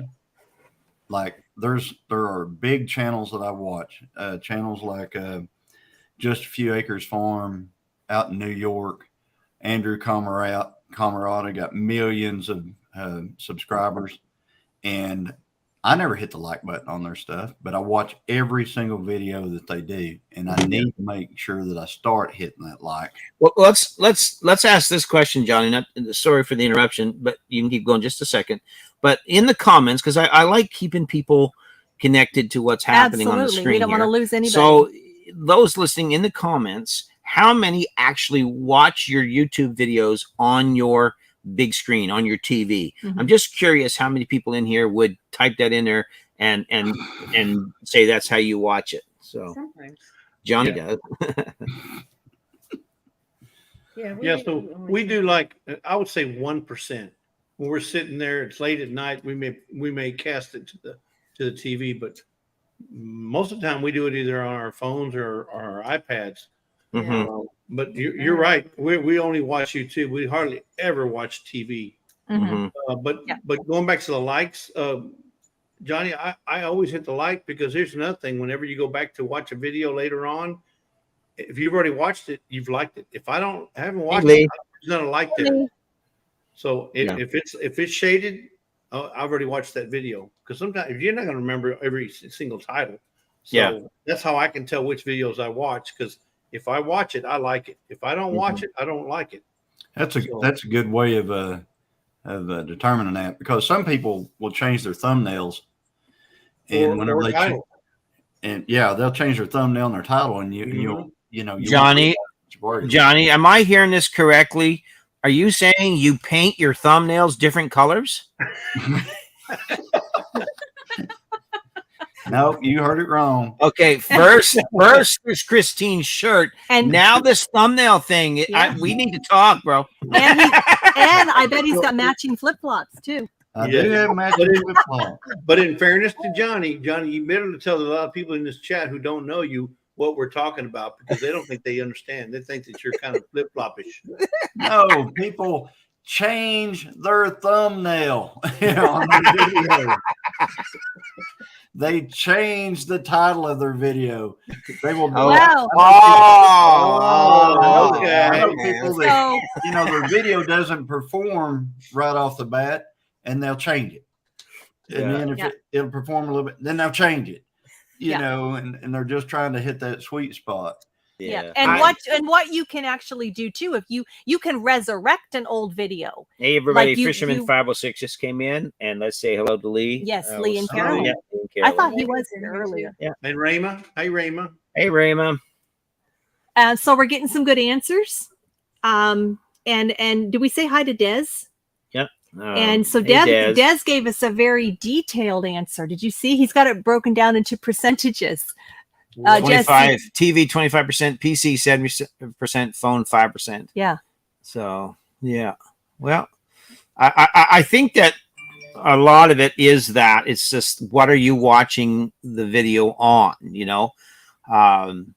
but I think we all can admit that we watch a lot of videos that we just forget to hit the like, and it's not malicious, it's not intentional, it's just like, I know for me, time is so what's the word I'm looking for? Help me. Precious. It's so precious. Time. I don't have a lot of spare time. My day starts anything after 5:30, and I don't quit working until the sun sets. Hi, Jackie. I have a lot of projects because snow's going to be flying here in a month and a half, 2 months. It could be. So everything is push. So the time I do sit down and watch videos, I try to keep up on a lot, but I always try to remember to comment and like. But even then you forget because you get busy. I understand that, but I think shame. Yeah, I know, it's awful. Yeah, we don't have cable. We don't. You don't have to have cable to watch. No, as Kevin was saying, never ever watched TV, haven't had cable in over 10 years. And so, but I think that most people do watch everything on YouTube and all that stuff. Hey, Merton and Sue. Hey, Merton and Sue. Traveling Merton and Sue. When we watch a TV version on TV, YouTube on TV, we always put it on our phone so you can hit the like button and then leave a comment. But we're watching it on the big screen. Exactly, and that's how I do it. Yeah, that's what I do. Yeah, that's what I do. I always have it on here on my phone. That way I can hit anything I want to hit. But I watch it on the big screen. Exactly. And that way you always can, do what you need to do there. Hey, Jackie, how are you? Glad to have you here. Yeah, I'm watching you on the big 17-inch right now. Well, that's what I do. I keep it scrolling over here, so I can just hit and hit the like and stuff like that. And that's what I do whenever I'm but I have my eyes. I don't want to miss things. There might be something over there in the corner. Like Jesse might have a video out that, I kind of want to see what he's got going over in the corner over there, so I can maybe make a little snide comment about it, or something like that. Yeah. So Kevin's asking, on this, I just can't see it. So yeah. You do know you can enlarge the font, right? Well, the font is not the picture. Just saying. Well, the font's not a problem. I've already got the large font going on. Yeah, that's and out and about with Sam, I am near Dave and Daisy now. And just because I say have a good day doesn't mean I didn't like the video. Some things are so good, I'm just in awe. Like, why didn't I think of that? Yeah, and that's the truth. That's the truth. Yeah. Well, let's move on to. Here's a question that I had, and I thought about this a lot. Did you see Kevin's question? Kevin, do you use Chromecast? No, I don't use Chromecast. Does anyone else use Chromecast? No. I've never heard of it. I've heard of it. I've never used it. Yeah. I mean, I use my AT&T service affords me the ability to cast whatever's on my phone onto my whatever TV, whether it's a Samsung or LG. Exactly. So you don't have to have Comcast in order to view the channel or view YouTube on your TV. Yeah. Well, thank you, Bearded Carpenter, for taking us out on your. It's just been listening, but watering the garden. Chores. Had y'all in the bibs of my overalls. Sorry about the smell. No worries. And Dave, Joni spotted the old ringer washer in my peach shed grocery store vid. She was the only one. I did, and also the baker's cabinet. Yeah. The baker's cabinet. I love that because I haven't talked about it and I may do a little video on it. But I am super thrilled. I am the proud owner of an antique baker's cabinet. And you'll see it in a little bit of some of my Instagram videos. So question. Okay, let's move on with this. And here's something I've been thinking about. Pet peeves. Everyone has pet peeves. So I want to include people in the comments as well. So first, let's start with Jesse. Then we'll go to Johnny. Then over to Scott. Keep it rolling. Keep it short as you can. But what is your pet peeve about watching a video? And then I want people in the chat to put in their pet peeve as well. Okay, and I'm just being totally honest. Okay. Yep. Well, we already all talked about the not checking the thumbs up. Okay, that's the pet peeve of all of ours. We know that. But my biggest pet peeve is a long intro. If you're subscribed to 1,000 channels, there's no way you can watch every intro for 1,000 channels and still get video content in. Now, I'm not saying, when I say long intros, I mean something that's like a minute and a half long. That's just way too long. So you end up sitting there pushing or fast forward it anyway. But that's a pet peeve of mine. Because I mean, I don't have that much time. So you're sitting there, and I'm retired, and I don't have much time. Can you imagine if I had an 8-hour day job, it'd be worse. But that's probably my biggest pet peeve is long intros. Long intros. Okay. Johnny, last Lisa. Where'd you go? Lisa. Yeah, Lisa. Lisa. What's your pet peeve? What's yours? What's your pet peeve, Lisa? All right. My pet peeve. I'm getting ready to show it to you. All right. Just a second. Just a second, Johnny. Just a second, Johnny. John. Slow down, fella. Slow down. Whoa back, little Jim. Whoa back, little Jim. Rein him in. Go ahead, Lisa. What's your pet peeve? We didn't know this was going to be a show and tell. Johnny said, I'm going to show you. Hey, my wild home. Am I waiting on Scott to say something? I don't know. Go ahead, Scott. I really don't know if I have one. Okay. Yeah. Okay. Well, Lisa, you think now about you it. go, John. But we're talking as viewers. I'll have a pet peeve as a moderator in a minute. But as a viewer. All right, Johnny, go ahead. All right. My pet peeve, if you want to guarantee that I'm not going to click on your video and watch it, do this. And then have some kind of a title that says worst day ever. And then I watch it and your day is just like the day I had, the day my wife had, the day Tony up here had.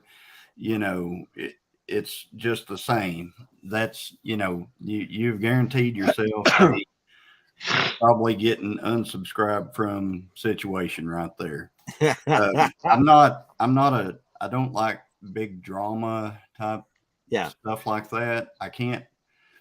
And I know some, you know, I watched a channel one time where they had some pigs get on their place, and every day, you know, some wild pigs, and every day it was, they're attacking us. They're attacking us again. They're stalking us. You know, and I just, well, that got the unsubscribe button from me. So basically what you're saying is overly over embellished facial expressions and titles, basically. Clickbait. He doesn't like clickbait. Yeah. So Scott, just hold 1 second. We want to welcome in My Wild Home. Welcome. It's Ryan and Melody. Yes. And so we're so glad you guys are here. More fellow Canadians. Yeah. And Raina some of the folks in here are saying Raymond, said people rambling on and on. No, not directed to rambling with the problems at all. No. But that's what her pet peeve was. No, they weren't talking about Scott. Yeah, no, not talking about Scott. And Rochelle, people getting lots of views for crappy videos. Yeah, I understand that. You look at it and go, how'd that happen? Yeah. Kevin is the same as you, Jesse. Long intros. And Brenda says getting the views, not getting thumbs up or comments, which yes. Let me see here. Paul says my biggest pet peeve is YouTubers having Instagram and not putting the follow-ups on your YouTube, but on an IG. Okay. Let me see. I just want to get through a few of these. Just bear with me, Scott. No. It's all good. Clickbait thumbnails, unnecessary drama. Yeah. Jim says, bad acting. And I love my voice, chatty. Yeah. Can I just stop on Jim's for a minute? The one thing that we learned right out of the gate and said to the commitment we made is we're not acting. No. So if you're on here acting or trying to act in that video, it's not going to work because people will pick that up in a second. Yeah. Christy said, my biggest pet peeve are channels that put others down. Exactly. That's a good one. There's no place for that on here at all. No. Kevin says clickbait. Let me see. Let me just scroll down real quick. Christine says, my pet peeve is, well, come on up and tell us, Christine. Let me see, Paul. So Johnny really means if you got pigs that keep attacking, you make bacon and sausage, right? Raymond says, say that you have to say and stop. Exactly. Okay, so those I think we're touching on a lot of those. That's good feedback. And it's very good feedback. So thank you everybody in the chat and keep those coming. Scott, go. My number one is clickbait. I've always hated clickbait and false individuals. You will get my unlike button if you're one of these people that, like Johnny said, the world's ending tomorrow. And, also, exactly. And another thing that really, really, really gets underneath my skin is these folks that have no time for people from your channel size to our channel size. They have no time for small people. They're fishing for the clicks and subs from 30 to 60,000.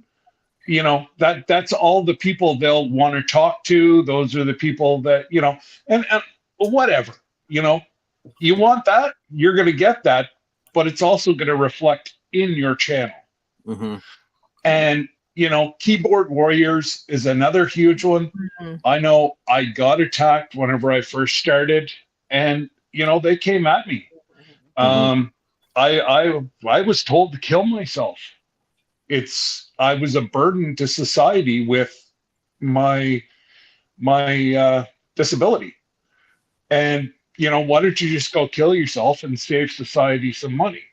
Yeah, but again, people, there's all kinds of people out there that can spread negative.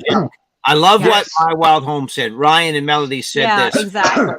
If you can highlight that, Jesse, they said we literally don't have any pet peeves. We just look for what we love and then don't watch what we don't. And I think that's so important. Melody. Yeah. Okay. We need to have a disclaimer here. So if anybody in the chat has a pet named Peeve, we're not talking about just want to clear that up. Yeah.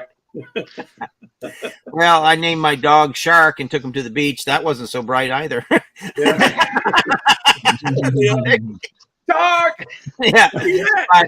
But I think that with people, and again, we've been in people business for a long time, and it's not a business, it's relationships.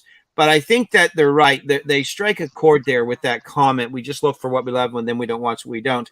I think that if we spent more time on the things that do make us better people, and it's like, again, you're always going to have people that say things that hurt your feelings. Exactly. But you cast that away. Don't let that become what you're looking at. You have to look at the other 100 comments that are positive, that are uplifting. And I think that that's so real that, you know, when it comes to pet peeves and stuff, you know, it's great that you don't have any. Again, we all have things that irritate us. Yeah. We all have people that irritate us, but you know, I think you have to keep it in a positive perspective. And I love what Kevin said. Drama sucks for me. Yeah. My pet peeve, if I have one, or just the thing that will take me and get rid of you off my channel real quick, is drama. I don't have time for drama. There's enough drama in the world, in my perspective. There's too many good reasons for us all to talk and be here for one another rather than point out all that other stuff, you know? Yep. And that's for me what we look for, you know? If you're a drama queen, if everything's this big deal, like you said, Johnny, whole worst day ever, really, come on. It's like the old adage, I complained about having no shoes till I saw a man who had no food. There's always somebody that had a worse day than you did. Absolutely. Well, Miss Ann points out too, moaning and complaining about everything. You know, so if you're going to make a video just to bring out a bunch of negative, people don't need that. No. People, if they're not interested in that, they won't watch it. You know, so there's no sense in it. Yeah, and that is the truth. So, but that's good content. That's good input right there. Christy says, if the world's ending tomorrow, I probably wouldn't be on YouTube. But how to survive the end of the world. Put it up on YouTube. That's right, Jackie. Worship the Father. There you go.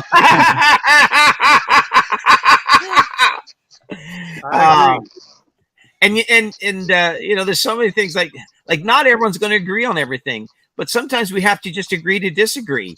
It's that simple. You know, it's not worth getting bent out of shape over. Go ahead, Johnny.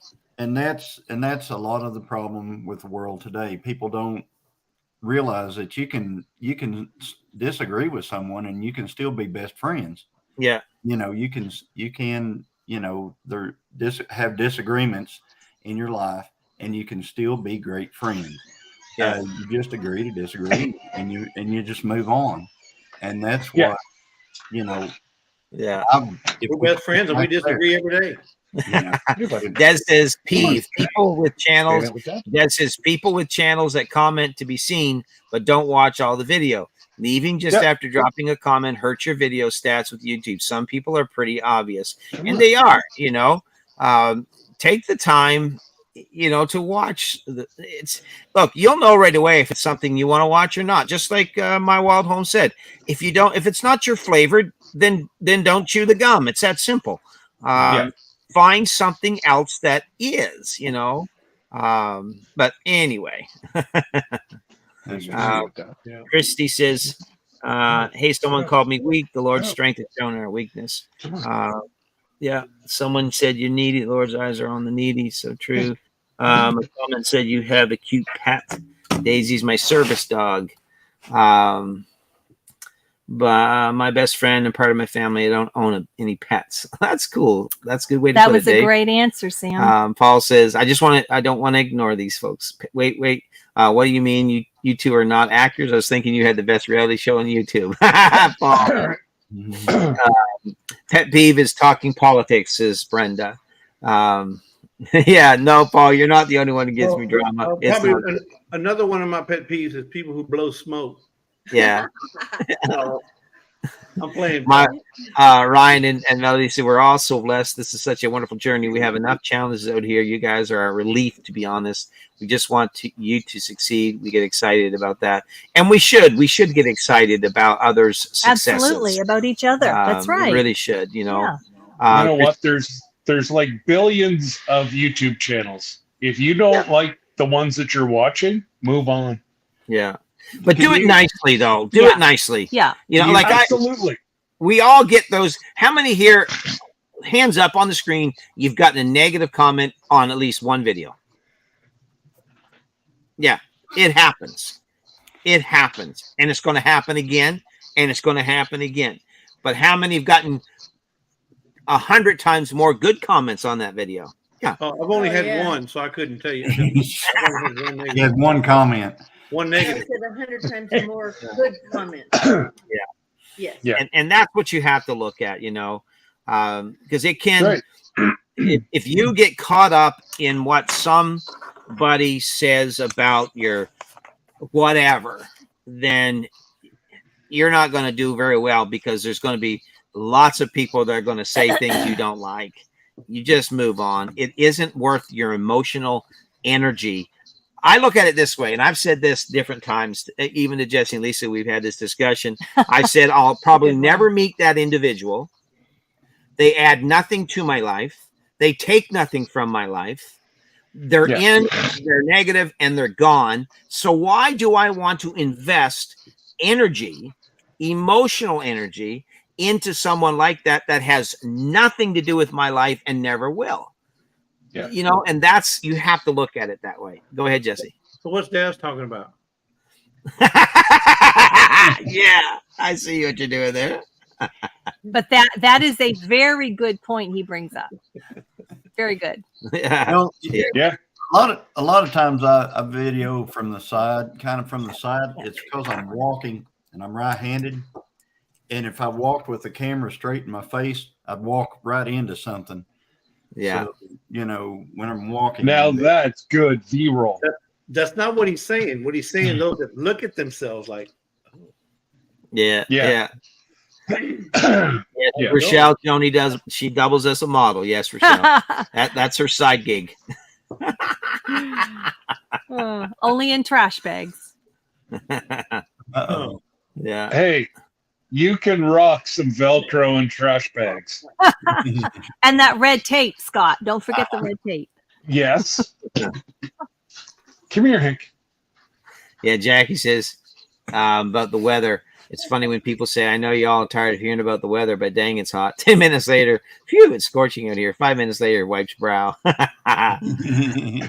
Christian says, exactly, move on, wish them well, but nobody's twisting your arm to watch. That's it, you know.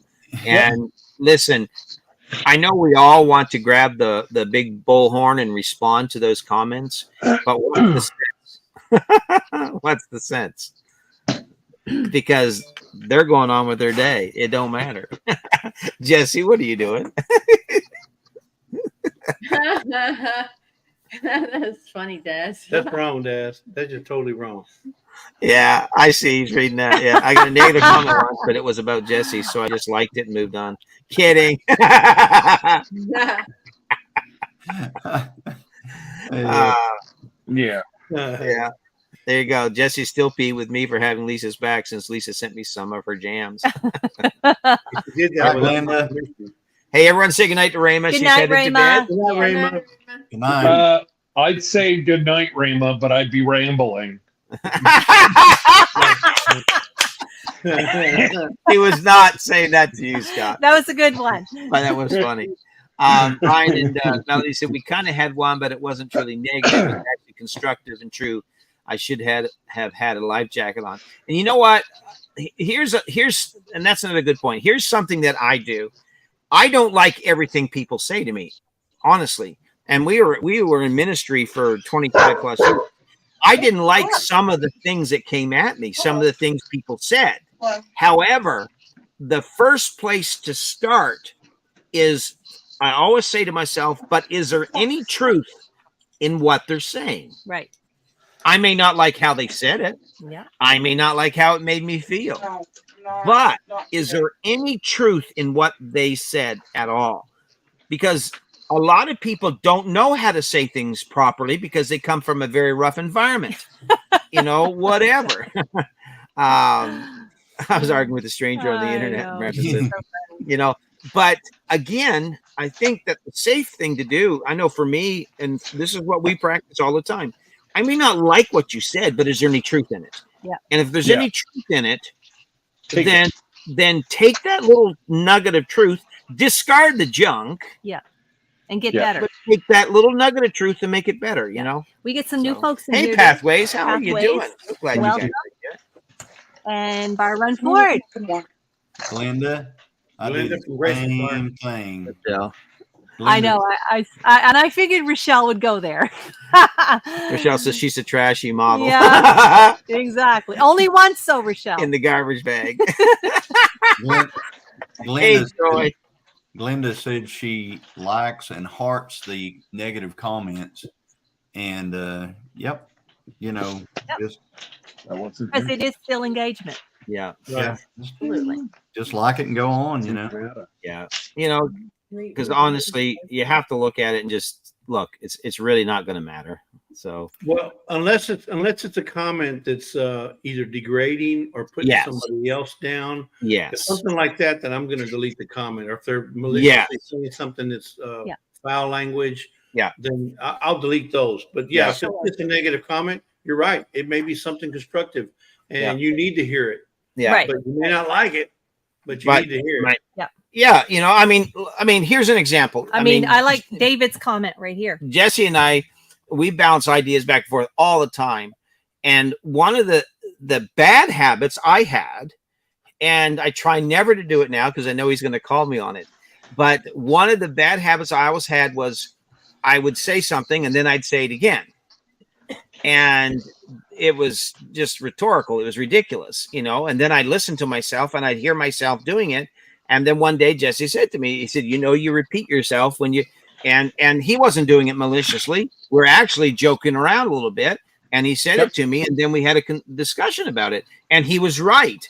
And so what that caused me to do is look at it and go, you know what? He's right. Look at, that's ridiculous. So I've tried to not do that. Now today he told me I did it again, but it's okay. It's not a bad thing, Well, I think we all need people in our lives that will tell us. I mean, honestly, that's what a good marriage is, right? Right. But yet, Tony, I'll be quite honest. Our best critic is right up there in the black shirt and green hat. Because he's not scared to tell us if we do something wrong. Yeah, that's true. I'm an equal opportunity offender. Exactly. And and I take it, I don't take it like, I even forget the last one that he had said to me, but it was true. Yeah. And I actually agreed with him.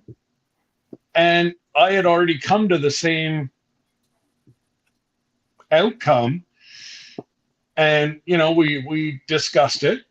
But the more people we have like that, instead of being like what Johnny said, have tissue paper for skin. Yeah. That oh my God, you have a different opinion than me. We can't be friends anymore. Yeah. Like, oh my goodness, like what is happening to society? Like, anyways, we're going down the rabbit hole here, but. Well, I think that people need to simply learn to laugh at themselves. Yeah. People are too serious. They're way too serious. I laugh at myself every day. Jesse, go ahead. I don't think you want me to be a yes man friend. I wouldn't want you to be a yes man friend to me. If you don't have the cojones to tell me the truth, then I don't need you as a friend. And I don't think you'd want me to because I'm not helping you at all if I'm telling you, it was so not, like the mom tells her daughter or son that you're the best singer. You ought to go on American Idol. No, I'm Thanks, not going to Jesse. do that. Are you telling me that you lied to me? I shouldn't go on American Idol? Well, Damn you! Only if you're delivering drinks. That's it. But it's the truth because I think that you have to get to that place. You've got to have people in your life that are your number one. They're your friends. Number one, they're your friends. No matter what you do, they're your friends. But you have to give them the liberty to speak into your life. And if you are so insecure that you can't allow anyone to speak into your life, then that's a whole different discussion, but there's nothing wrong with bouncing things. Like you said, Rochelle just said it. I have people I bounce things off for a video. Is this too cheesy, inappropriate? Not at all. But I think we all do. And it's not just the videos. It's your thumbnails. I'll ask Tony, or Scott, hey, what do you think about this thumbnail? Or what do you think about this title? Because you know what? If anybody's going to give you true, honest opinion, it's going to be those that you trust. Yeah. Yeah. You know, so don't be afraid to ask. Yeah. Johnny, anything? I don't know, but I see him playing with a knife and he's unsupervised. Is that the watermelon knife? You know, what I do is I bounce it off Christine. I go, all right, so should I put X in this video right here? You know, should I do it? Go, well, I don't know. That seems a little okay. Well, I'm definitely putting it in then. Ooh, well, you know, buddy, you can tell she's not home. Yeah. For us, and I know, like, I know Jesse and Lisa, you do the same thing, but we put a lot of time in editing. I do. I put a lot of time in editing because I want to make it a video that people enjoy. So before that video ever hits public display, I've already gone over that thing like 15, 20 times or more. But you know who the last person is that watches with me is Joni, because she'll be honest. Yes, she'll be honest. And a woman's perspective, men, hear me, learn to trust it because they're more sensitive than we are. And that's just the truth of it. They will find things that we don't. And it doesn't mean we have to be insecure about it. It just means trust their, and we do. Like, there's things that I'll watch a video 50 times. Oh man, it's the best video, ready to go. And then she'll watch it and she'll say, well, maybe you just need to drop the music down a little less, or just change this little bit right here, or just, and you know what? She's absolutely right. And it makes a better video. Now, here's your $5. Anyway, it's the truth, you know? And so, yeah. That would be great, except for, you know, I used to ask my wife to do that. I used to ask Christine to watch the video and everything. And she's probably in here, she's probably listening and everything, but she's kind of a hummingbird. And if you haven't noticed, and she will watch about a minute and a half of it, and then she'll jump up and she'll run outside and grab a tomato off the vine, and then she'll come back in and she'll start working on that, and then she'll you know, she just keeps, so she doesn't, and all the time I'll ask her, so now I just make the videos and put them out, and then she'll say, that was a great video. And whenever that happens, I go, okay, what do you think about the part where I did this? Yeah, she has no idea what I'm talking about. I said, yeah, you can watch the video. Yeah. So yeah, but if that works for you, Johnny, then that is what works for you. Exactly. Right. And that's really I appreciate your honesty there, Johnny. Now we know what she does with our videos when she watches. Now I'm clear. Exactly. Now I know. I have to weigh her comment out. Was she buzzing or was she not buzzing? You know? Yeah. Let's go back to comments for a minute. Christy says, Grace, I was picturing sticking my head in the freezer when somebody made me mad. And Troy says, I wasn't going to say anything, Tony, but you have a tendency to repeat yourself. Smart Alec. And Jan, she had a nap. Welcome back, Ian. She fell asleep. Come here, bud. Oh, thank you, Ryan and Melody. But when it comes to editing, Tony, you're so correct. We put so much time into it.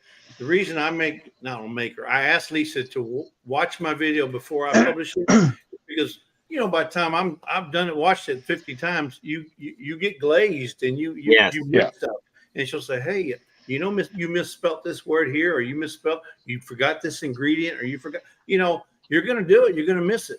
And and you got a fresh set of eyes coming in and watching it probably prior to you publishing, I guarantee you it'll fix a whole lot of problems. Yeah. It works. It does for me. It does. Like last night, I think we were watching the final edit. We were watching it together for the video that was released. And there was just the subscribe sign was too far left, I believe, on the screen. And of course, I'd watch that thing. I bet you it had 73 clips. I've been actually working on that video editing for 3 days. I was done with that. Okay. I was done with it. But she said, you know, that wasn't quite all the way in the picture. And I was cross-eyed by the time I was done because I'd watched it so many times. And that's why you need those fresh eyes. That's why it helps with that. Mm-hmm. And, you know, I've sent stuff to Jesse, a thumbnail, and he's done the same with me. He said, you know, what do you think of this? You know, is this a good thumbnail? Do you think this will work? And it's good. The Bible says this, iron sharpeneth iron. In other words, I can learn something from you, and Absolutely. You can learn something from me. And those things make us better people. Roberta has to go. Go ahead, Scott. and what I, you know, the same thing is I've got to the point where I'm frustrated to no end with, you know, putting together a thumbnail. And I've shot it over to Jesse before, and I'm like, help. And not, you know, he just made a few little changes, but my mind just had checked out. It's like, no, you're done. And you know. So is that another service you offer, Jesse? He'll be brutally honest. Yeah. Brampton brings up a good point. So had she ran this by her friend, she wouldn't have put dies instead of does. There you go. It does. My point exactly. See? Ryan and Melody said, I don't have yes men friends. I can't trust them. And that's right. You need people that make you better. Not rude, not cruel, not condescending. Right. But we're talking about Jesse's rude, you know, condescending, but we love it. But we love it. Yes, he is. yes, he is. But and again, that's why we laugh. That's why we laugh at one another. Yeah. Right? Pathway says correction, redirection, advice from someone who cares about you is much easier to take than from someone who doesn't care, and that Absolutely. Is the truth. Brenda says people get butthurt over stupid stuff. It's like grow up. Exactly. Jan says I'm not a yes man. I call it like it is in a loving way. And Glenda says, now I mess up all the time. The last video I did, I left my mistakes in. I laugh at myself. And that's great. We have to laugh at ourselves. We have to. Tony, if I can ask a question, I mean, my wife's in here, your wife's in here, and I'm sure Christine is on there. But from the wife's perspective, or from the spouse, let me just say from the spouse's perspective of the one who's not doing the editing, what's your pet peeve? What do you not like about YouTube? Because I know it. Well, I can tell you one thing she's going to say, and I'll tell you, it takes a lot of my time away from her. Mm-hmm. YouTube. I can tell you Debbie's pet peeve. That's me asking her to look at my videos. Oh no! It's taking time away from her, whatever she has to do. Well, exactly. Can I jump in and I'm going to let she can talk anytime she wants to, and she can now.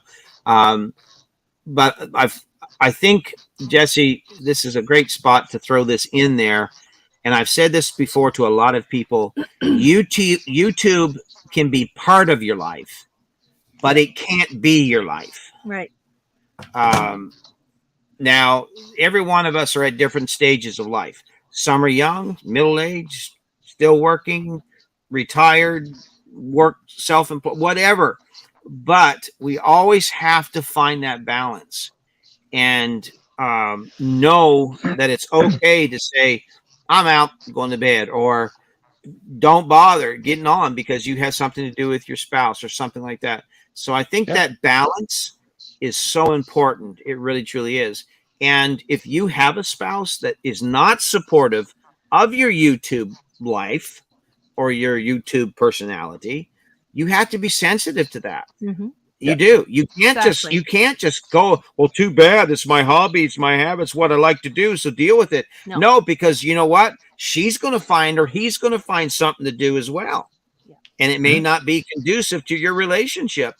Before there was YouTube, there was you and her, or her and him, you know, you always have to go back to that.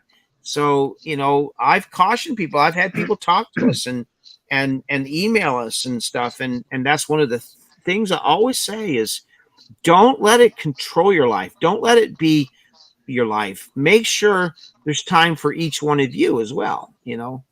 And that's why just meant well, you pretty much covered, honestly, everything that I truly was going to say. The only thing I would add to it is a good piece of advice in life that I think also certainly applies to YouTube is keep the lines of communication open. Because as long as you're communicating and you're talking, even if it's maybe stuff you don't want to hear, it's still important. It's still important, you know, because again, YouTube, you didn't marry YouTube. I'm saying this, you know, if you have a spouse, if you're married, obviously, if you're single and you got a channel, that's a whole other ballgame. But if we're talking about married folks, you know, you need to just always keep that in your mind. You need to be respectful of that and remember that. And be aware of where they are at. They may not be as much in the journey or on the journey with you, you know. It's just communication's important all the time. Scott, back to you. I'm just, you know, Debbie supports me to no end, much like what Sir Grace supports, you know, Mrs. Deadfire. There's no issues, but you'll notice that if I'm on live and we went long, Debbie comes home from work. Within 5 minutes, I'm saying goodbye to go spend time with her.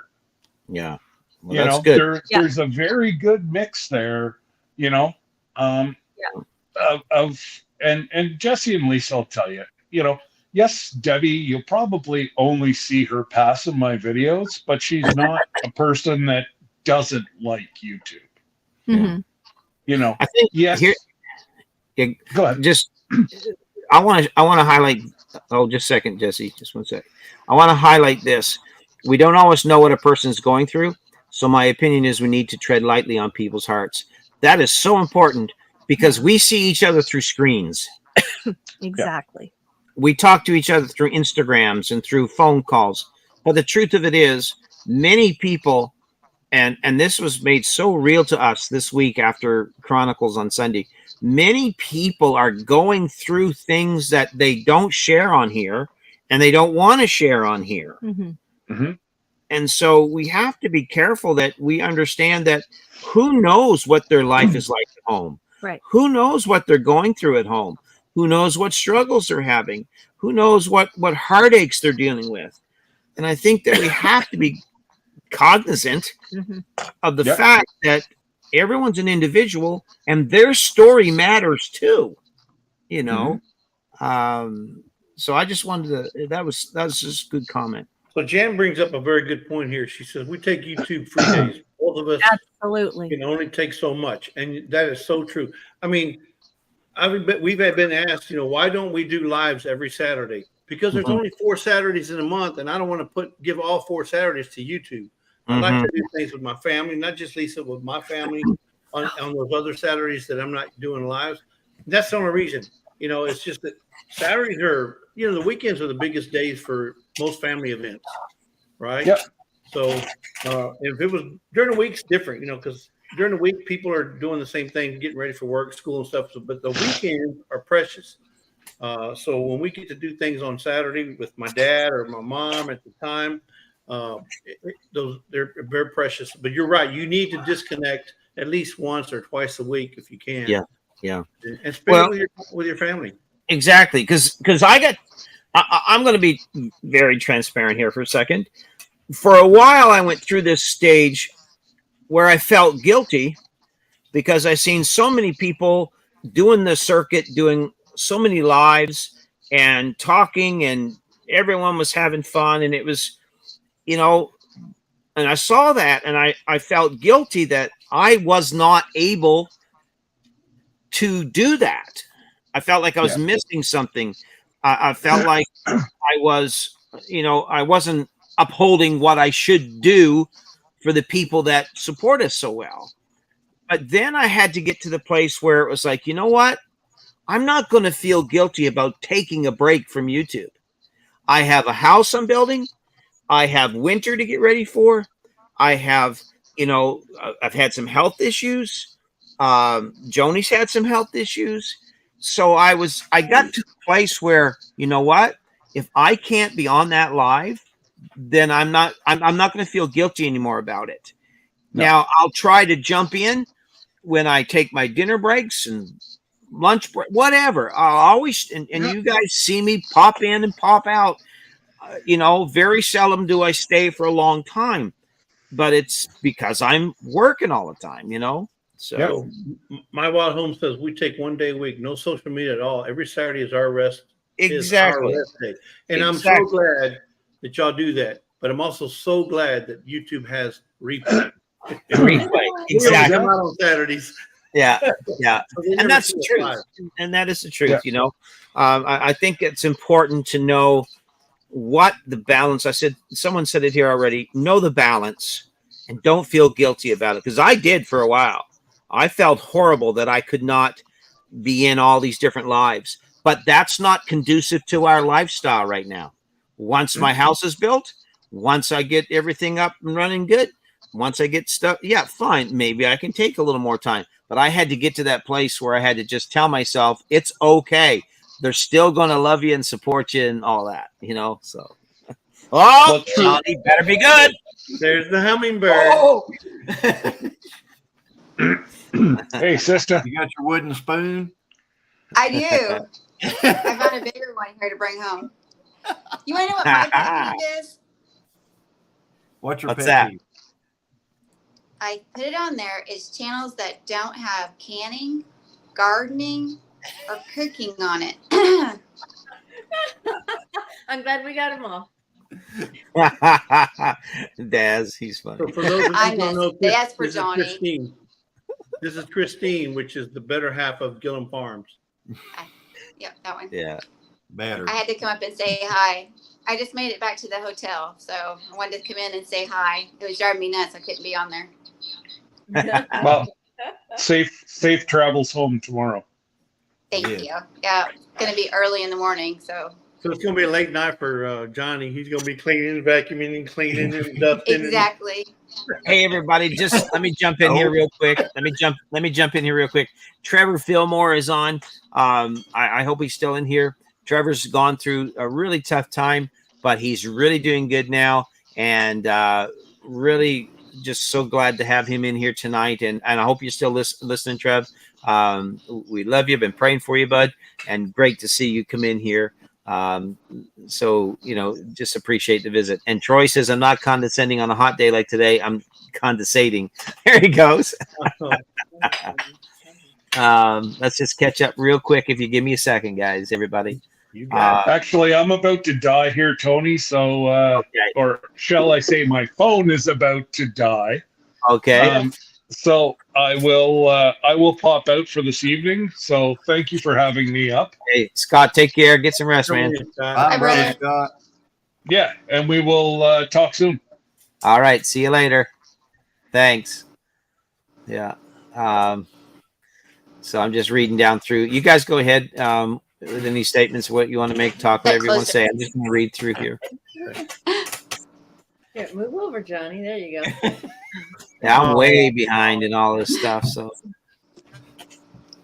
yeah, but we're in the same room. They're not. Yeah, Trevor, I know he says it here. He was going through a divorce and didn't tell anybody, but Hey, he's doing really well Hey, go now. get the dogs. Yeah, she can go down and get the dogs. That's right, Jan. YouTube will pass, but our marriage is forever. And relationship. Daz says, my wife has not watched a single video of mine, but she does not like gardening at all. And she sees me cook enough in person. Yeah. I hear that. Let me see here. Rochelle says, the first big push to get monetized really was consuming, but once I reached it, it was easier to relax. And My Wild Home says, I think YouTube would be so hard if you have a full-on job too. I can't imagine how people do it. Okay, I want to stop on those two things, if you guys don't mind. Let's all make a little comment here on this.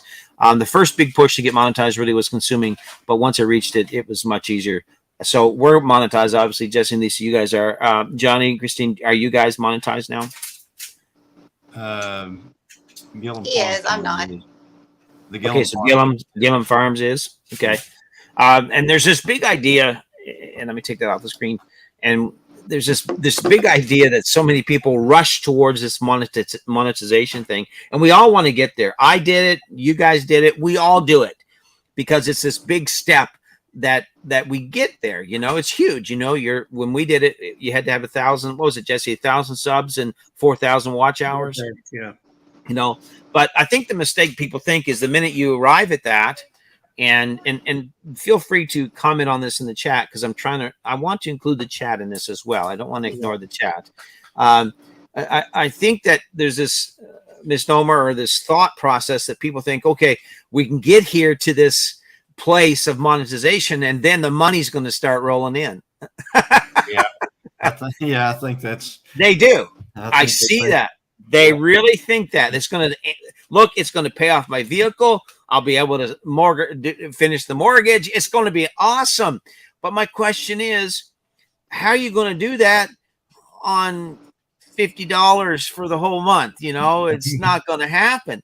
Look, I've got videos that have 10, 20, 30, and 40,000 plus views. You do. You got one, Johnny, that's like that. Jesse, you've got one that's what, 12, 14,000. And you make pennies off of that. That's the truth of it. And so what do you guys feel? What's your take on all that stuff? It's exhausting. Yeah. It is. It's exhausting to get to 4,000 watch hours and 1K. I was lucky. Mine both got there at the same time. It just worked out that way. Some people have had their watch hours for months, if not years. They've had more than 4,000 watch hours, but they don't have the subs, and then vice versa. I just can't imagine what that would have been like. But here's the thing. You know, this is for me. If I was doing this for the money, I may as well just find another job because you're not going to, unless you're like one of those YouTube influencers that has 1 million subs and 2 million views or more on every video. It's really hard to make money on YouTube because it's all about views. It's all about views. Yeah. Don't matter how many subs once you get reach those milestones, it doesn't matter how many subs you have. What matters is views. And the only way to get views is having good content. Exactly. And you're not going to people have to understand YouTube is nothing more than an advertising platform. That's all it is. That it's Google's advertising platform. And they're going to advertise where they get the most, bang for their buck. Bang for their buck. Right. So if you put out a video and it's got 100 views in 7-8 days, YouTube looks at that and goes, it doesn't pay us to put a lot of push there because they're not going to make anything there because it comes down to dollars for them just as much as it does for any other business. And I think people forget that. But you're not going to make a lot of money off of YouTube advertising. You're not. The money to be made in YouTube is when you start getting sponsorship programs, when you start getting companies reach out to you and say, we'll give you $10,000 for the year if you'll do 5 videos wearing our products. That's where the money is made on YouTube. Yeah. And you're not going to, you got to be 10,000. Like now I get offers, and Jesse, you do, and Johnny, you probably do, and others in here probably do of things every week. There's 5-6 offers in my mail. And some of them are legit and some of them aren't. Some of them I say yes to, some of them I don't. But again, they're not paying me. They're giving us stuff, but you're not making money. And for people to think to rush to monetization is the answer to your financial difficulties, it ain't going to happen. It just isn't. Right. So I thought about doing a video about, I've seen videos like this. I've thought about doing a video about how much money a video made at a certain point, with X amount of views and such and such. But I haven't done it. There's been others that have done videos like that. But I know exactly how much a video will do with a certain amount of views based on and all of us have a different, it all depends upon the way you have your advertiser set up, how you do all that. I mean, there's ways of manipulating which advertisers you have and things like that. But if you're just allowing the algorithm or the YouTube platform to do it for you, and you just take what it gives you, you know, I can pretty much tell somebody what they're going to make, you know, off of it. I've got I've got a $200 video out there. You know, that's how many views, Johnny, not to interrupt you, but how many views though has that video got? Is that the 59,000 views? 59,000 views.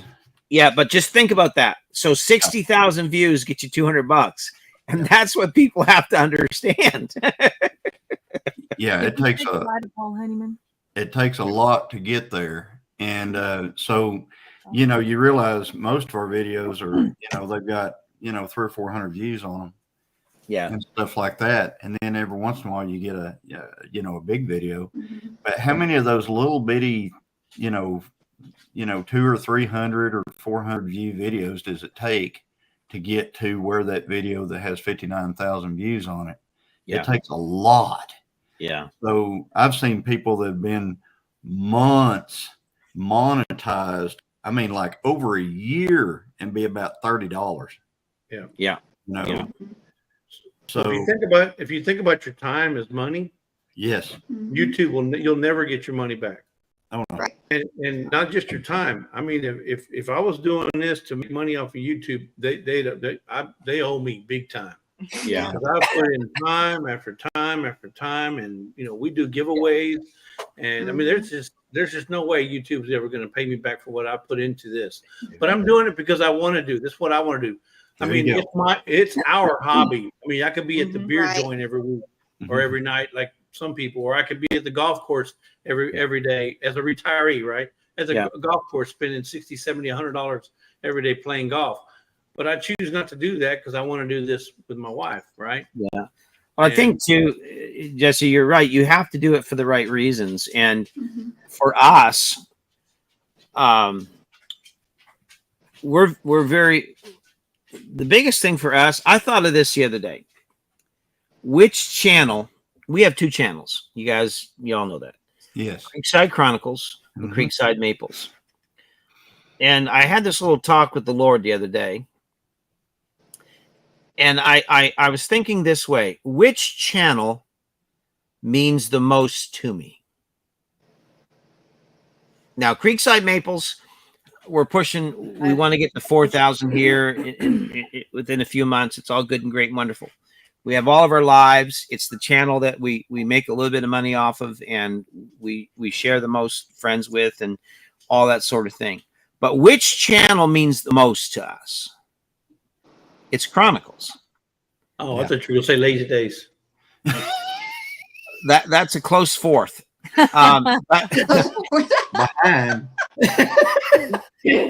But seriously, though, because I had to look at it, I had to put it in perspective. If I had to choose, if they come to me and say, no more dual channels, you got to get rid of one, I would use Chronicles as my channel, because we feel that truly is why God put us on social media, is to reach into lives of people and affect them in a positive way, in a way that we don't on, because YouTube, like Maples, is a different style and different genre. But I think we all have to look at that question and ask ourselves, like you said, Jesse, why are we here? Why are we doing this? And if it's just a mad dash to get 1,000 subs and 4,000 views and this thing called monetization, then that's going to peter out real fast. But if you're here because you love the people, and if you're here because you feel like you're adding something positive to their life, and they're adding something positive to yours, we would not have survived had it not been for this platform. We wouldn't even be here. And that's the truth. Think of the relationships you've made. Yeah. Johnny, Christine, Tony and Joni. Think of the relationship, the people you've met. Yeah. I mean, Johnny and Christine, they went out on a limb one day at Lake Tenkiller when they said, you know what, let's go over there to this meetup. It said something about a meetup. They didn't know Adam from Eve when they drove up. They didn't know anybody. Yeah. And then here they are. They're involved in tons of homesteading lives and channels and so forth. It takes a lot to do that, right? And we're the same way. We don't have a big spread or anything, but we enjoy the homesteading community and the people we met. We've met Tony and Joni and everybody in the chat. I mean, Brampton Garden. I never have met somebody from Brampton, Canada, but through YouTube. Yeah. And My Wild Home. Look at these folks out there living on an island, Gilligan's Island up in Canada. I didn't even know Gilligan's Island was in Canada. Or Daz in Australia. Exactly. Hoops in Australia. Yeah. It's about the relationships and the friends and people that we've affectionately called family now that through YouTube. So it's not about the money for me. It really isn't. Christine, jump in here. We haven't heard from you. Come on. I think my thing was I realized how much our lives changed for the better in May when we went to the Tenkiller thing. Johnny was doing the YouTube thing, and I was just kind of like, whatever. And, he had it as like his hobby. I wasn't really interested in it. And then you always kind of feel like, I'm always his biggest fan, so I'm always going to support him and try to, make things happen. But I did watch YouTube a little bit, and I watched that one show, Cosmopolitan Cornbread. And then we went to Tenkiller, and immediately everybody just loved on us immediately. It was shocking. And we didn't know anybody. And I kept on thinking, wow, this is really outside our comfort zone to go do something like this. I mean, in fact, we were like, I think we found a different group. We weren't even sure where it was. And we wound up going to like a AA meeting. I mean, like drove up there. And, We did. we were meeting out there. And I told Johnny, I go, I guess just like for people with tons of cameras, I don't know, And we finally found it. Yeah, but we found it. And the first person I met, I wasn't sure what to do, check in, was Mama V, and look where she's at now. And then, but not one person was like, we're this big channel, and we didn't know one person there. I mean, we watched YouTube quite a bit, and that's what everybody was kind of shocked about. But I told Johnny, I said, can you imagine if we hadn't went where we would, it has nothing to do with the YouTube channel. I feel like it's a blessing of God that I got to meet like Jesse and Lisa. And, we have friends in Alaska now, and then Joni and, Tony. I mean, we would have never met you if we had not taken that little leap of faith and went to the Tenkiller thing. And that's what means so much to me and it's not easy for me to make friends, believe it or not. And for me to meet somebody just online, I mean, and already have like this connection with people is just amazing. And I know that's why God just put us out there that way we can make more contacts and have people that are like-minded to be a part of and have a family. I mean, I consider Lisa and Jesse, Joni, and Tony, we've only known you, but I consider you family. People that I know will be lifelong friends, I guess is what I'm trying to say. Scott, there's just so many people. Dell and Lisa, when we went to Tenkiller from a 9-acre family farm, they let me sit with them, and they told me all types of things about, the channel or YouTube that I was just shocked. So I fell in love with, maybe not YouTube, but I fell in love with the people that are a part of the YouTube family. And it just keeps growing. It's not been a negative in our lives at all. I have my pet peeves, but it's not because I feel like Johnny's taking time away or anything. He takes it into, he balances it well, I guess is what I'm trying to say.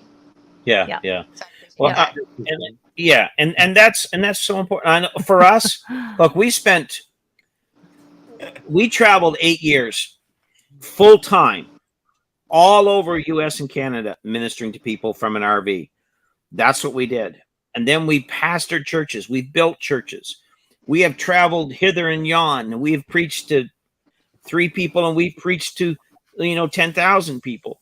We've done all of those things. But the greatest ministry outreach that we've ever experienced, every Sunday I get to speak into people's lives and bring God to people in the US now, in Canada, in Jamaica, in Australia, in the UK, England, Wales.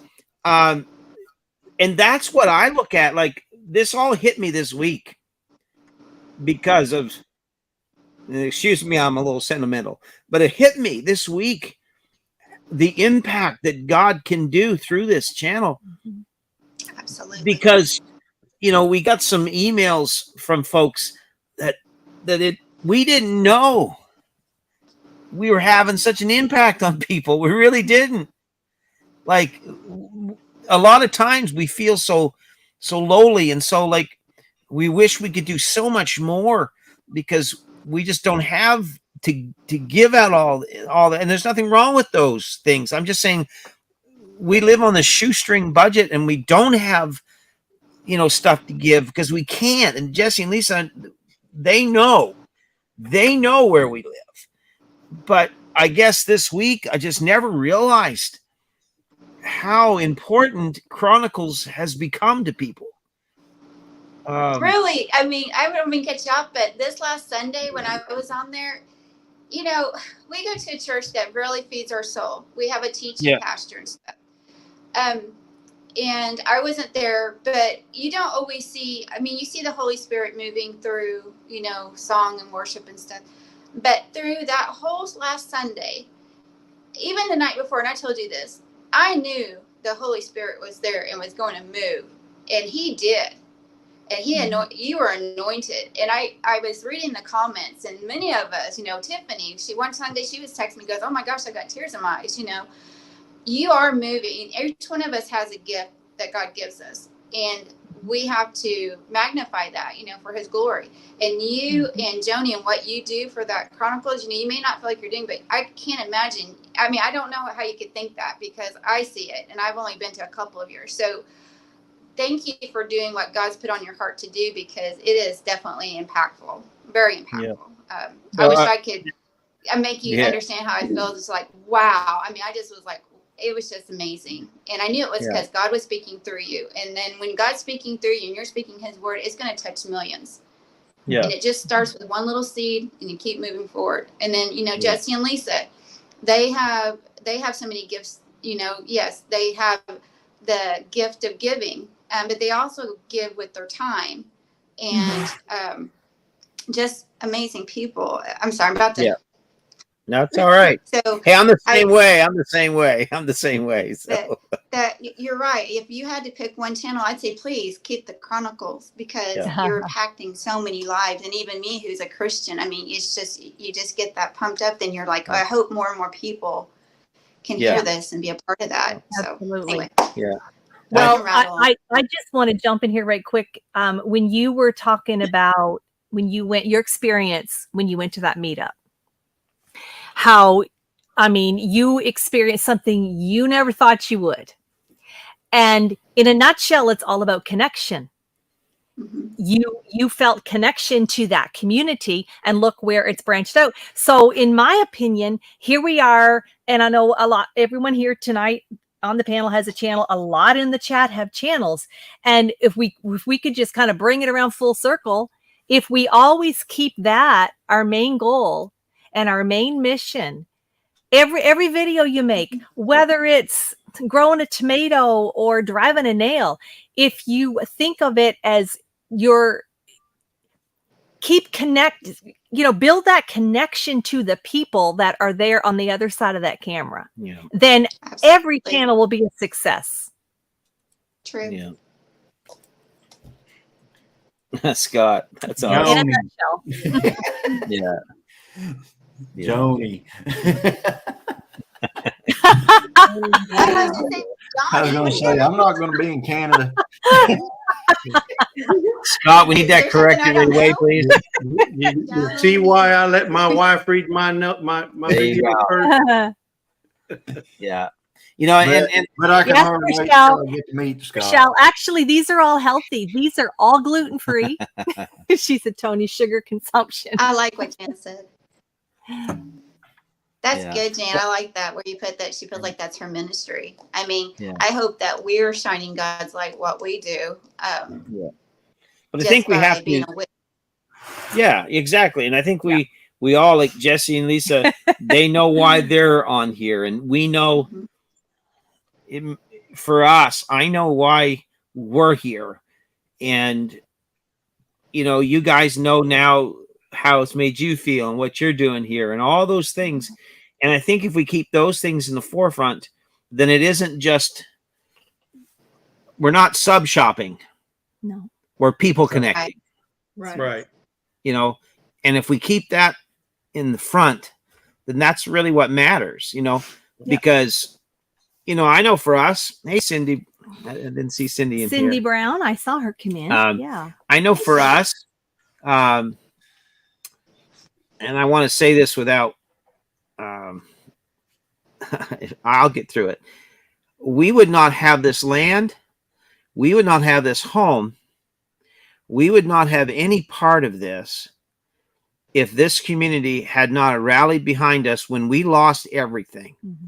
We were preaching an Easter revival on Easter Sunday, 2021, I believe, right? Mm-hmm. And we drove home from that revival, got home Sunday night, I believe, and the phone rang Monday, and it changed our entire world. Mm-hmm. We went from everything to nothing in 1 minute. Mm-hmm. No home, no land, no property, didn't know what we was going to do. Nothing. Good night, Jan. Nothing. Night, Jan. And I'll tell you, you talk about a punch in the gut. I mean, you collapse in a heap. You don't have strength left anymore. You don't know what to do anymore. And we didn't. But when this community found out, Jesse, Lisa, y'all remember that sticker board? Yep. Yes. That was an amazing thing to watch. And fill up. Yeah. Yeah. To see the miracles that occurred, that sticker board brought a lot of faith out. Yeah, because I don't think anybody, including us, believed that we could ever get. Because I forget what the amount we needed was. I think $30,000 or something like that. I didn't think we'd ever get there. I don't think too many other people thought we'd get there. As quick as you did, yeah. But every live, and then that board started filling up, and then it was half full, and then it was 3/4, and then that last night, stickers were flying on that board. Every sticker was $100, you know, right. And like I don't even know today how we could ever thank people. Mm-hmm.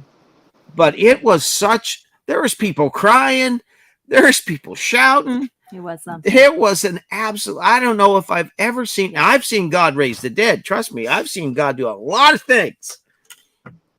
But I've never seen anything like that in my life. Mm-hmm. And that changed people's faith from all over the world. Mm-hmm. It really did. It affected people in such a great way. And it's all because of everybody in here, you know. And it continues to be that very same thing. You know, well, Jen, who just popped in. Jen, do you remember what you named this land? I'm not going to say it. I'm going to let her type it. Yeah. But it's just amazing. And so I don't know how we get talking about all this stuff, but we've had some very deep subjects tonight. Well, I just think that, but it's been good because again, iron sharpens iron. Exactly. Right? And Trevor, you know, Trevor says, I know what you mean, Tony. Just built my dream home and now I'm trying to sell it. And I understand, Trev. Yes, but Trevor. It'll work out for you, buddy. It'll work out for you, bud. That's right, Jen. It's the land that love bought. That's it, Jen. That's it. But again, she said it wasn't me. You have to keep it in perspective what we're doing here. And for us, every week we're reminded that this started way back when with 14 bottles of fresh maple syrup and a 45-second short video. Yeah. Not even knowing that God was setting us up for the biggest miracles of our life. Mm-hmm. You know? God knows our needs, no planning for us. So. Yeah. Hey, MB Heritage, Mike and Bobby. Good evening. Hey, guys. I just want to say David and Sandy Gibson as well. Oh, they've been fabulous. They are some awesome folks. I want you to know. We got to meet them in person. Yeah, before we met y'all. But they support us every single week with their love and their encouragement and their faithful attendance. They are in Oregon 4 hours their gifts and their behind us, and they set their alarm on a Sunday morning when they could sleep in a little bit because they work hard. They're not retired yet. They go to jobs 6 days a week. Yeah. Dave and Sandy do. Yeah. And they get up at 6 o'clock Sunday morning. Yeah. To get into Chronicle. Yeah. And that brings me back to Ryan and Melody's comment about they don't know how people that work full-time jobs can keep up with the YouTube stuff. And I'll tell you right now, I don't work out. I work here. And again, anybody that knows me, I am a workaholic. I really, truly am. But it is tough to find that time because I sit here and do editing. If the sun's shining, I'm feeling guilty because I need to be outside working. Yes. That's how I am. That's how I'm wired. So I try to wait for rainy days and nights and early mornings and stuff like that, you know. Did you see David said we were called to be there for you? Yeah. But it is a tough amazing. It's a tough balancing act when you work all the time and then you try to do YouTube. But it takes us back to, I think, what we all were saying is it's that balance. Finding what works for you. Yeah. Because what works for me won't work for Johnny and Christine. It won't work for Jesse and Lisa. It works for us, Tony and Joni. Everyone else has to find their niche. And if I try to imitate Jesse and Lisa or Johnny and Christine, no, I'm best. She's best at being who we are. And I think that's another lesson people have to learn on YouTube. Don't follow people just to be like them. Be the best you that you can be because God made you. God doesn't do cookie cutter. Find what works, even in identical twins, they have different DNA. That is what's important, is to be truly who you are. Because I think it shines when you're not. I mean, eventually it's going to. And that's when, you know, were you going to say something, Johnny? No, go ahead. You know, and Johnny's even said, I'll say, you know, like we were doing that chicken video and I'm like, oh, don't put that on there, you know, don't have a movie. And he's like, it's what we did. It's real. And I'm like, that's true. You know, it is what it is. Yeah. So that's what I've been humbled through this too. And I needed to be humble. You know, life's not a cookie cutter. It's not perfect. It's not a magazine cover. Oh, Lord, it's hard to be humble. No. And you're perfect in every way.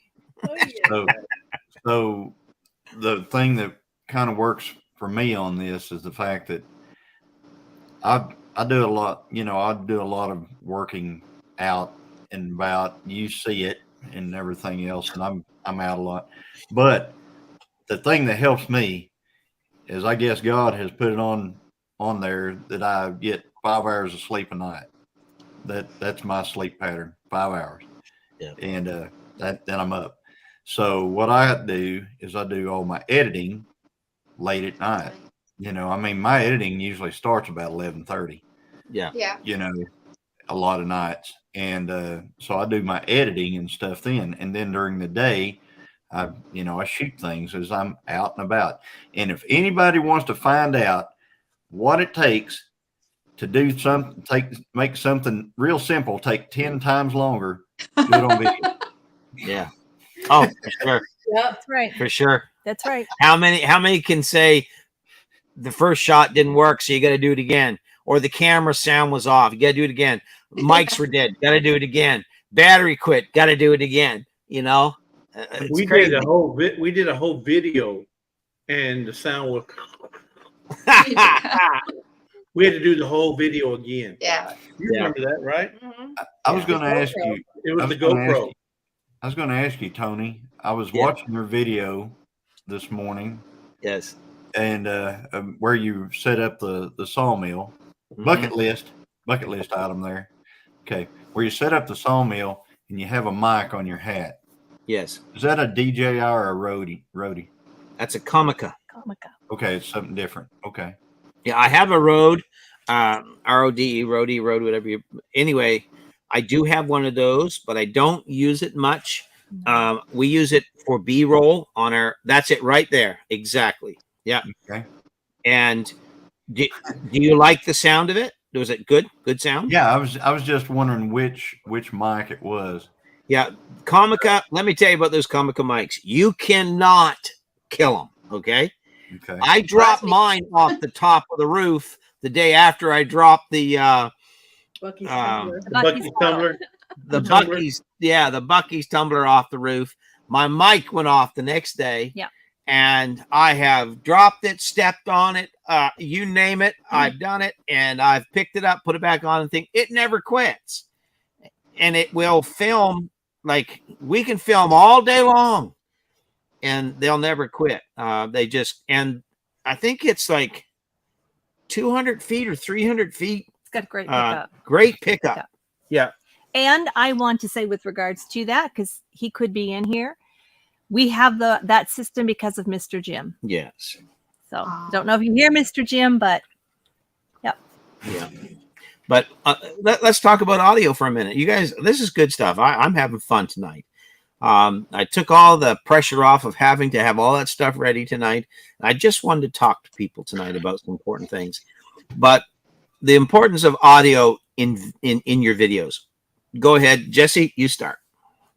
The importance of audio in your video is very important.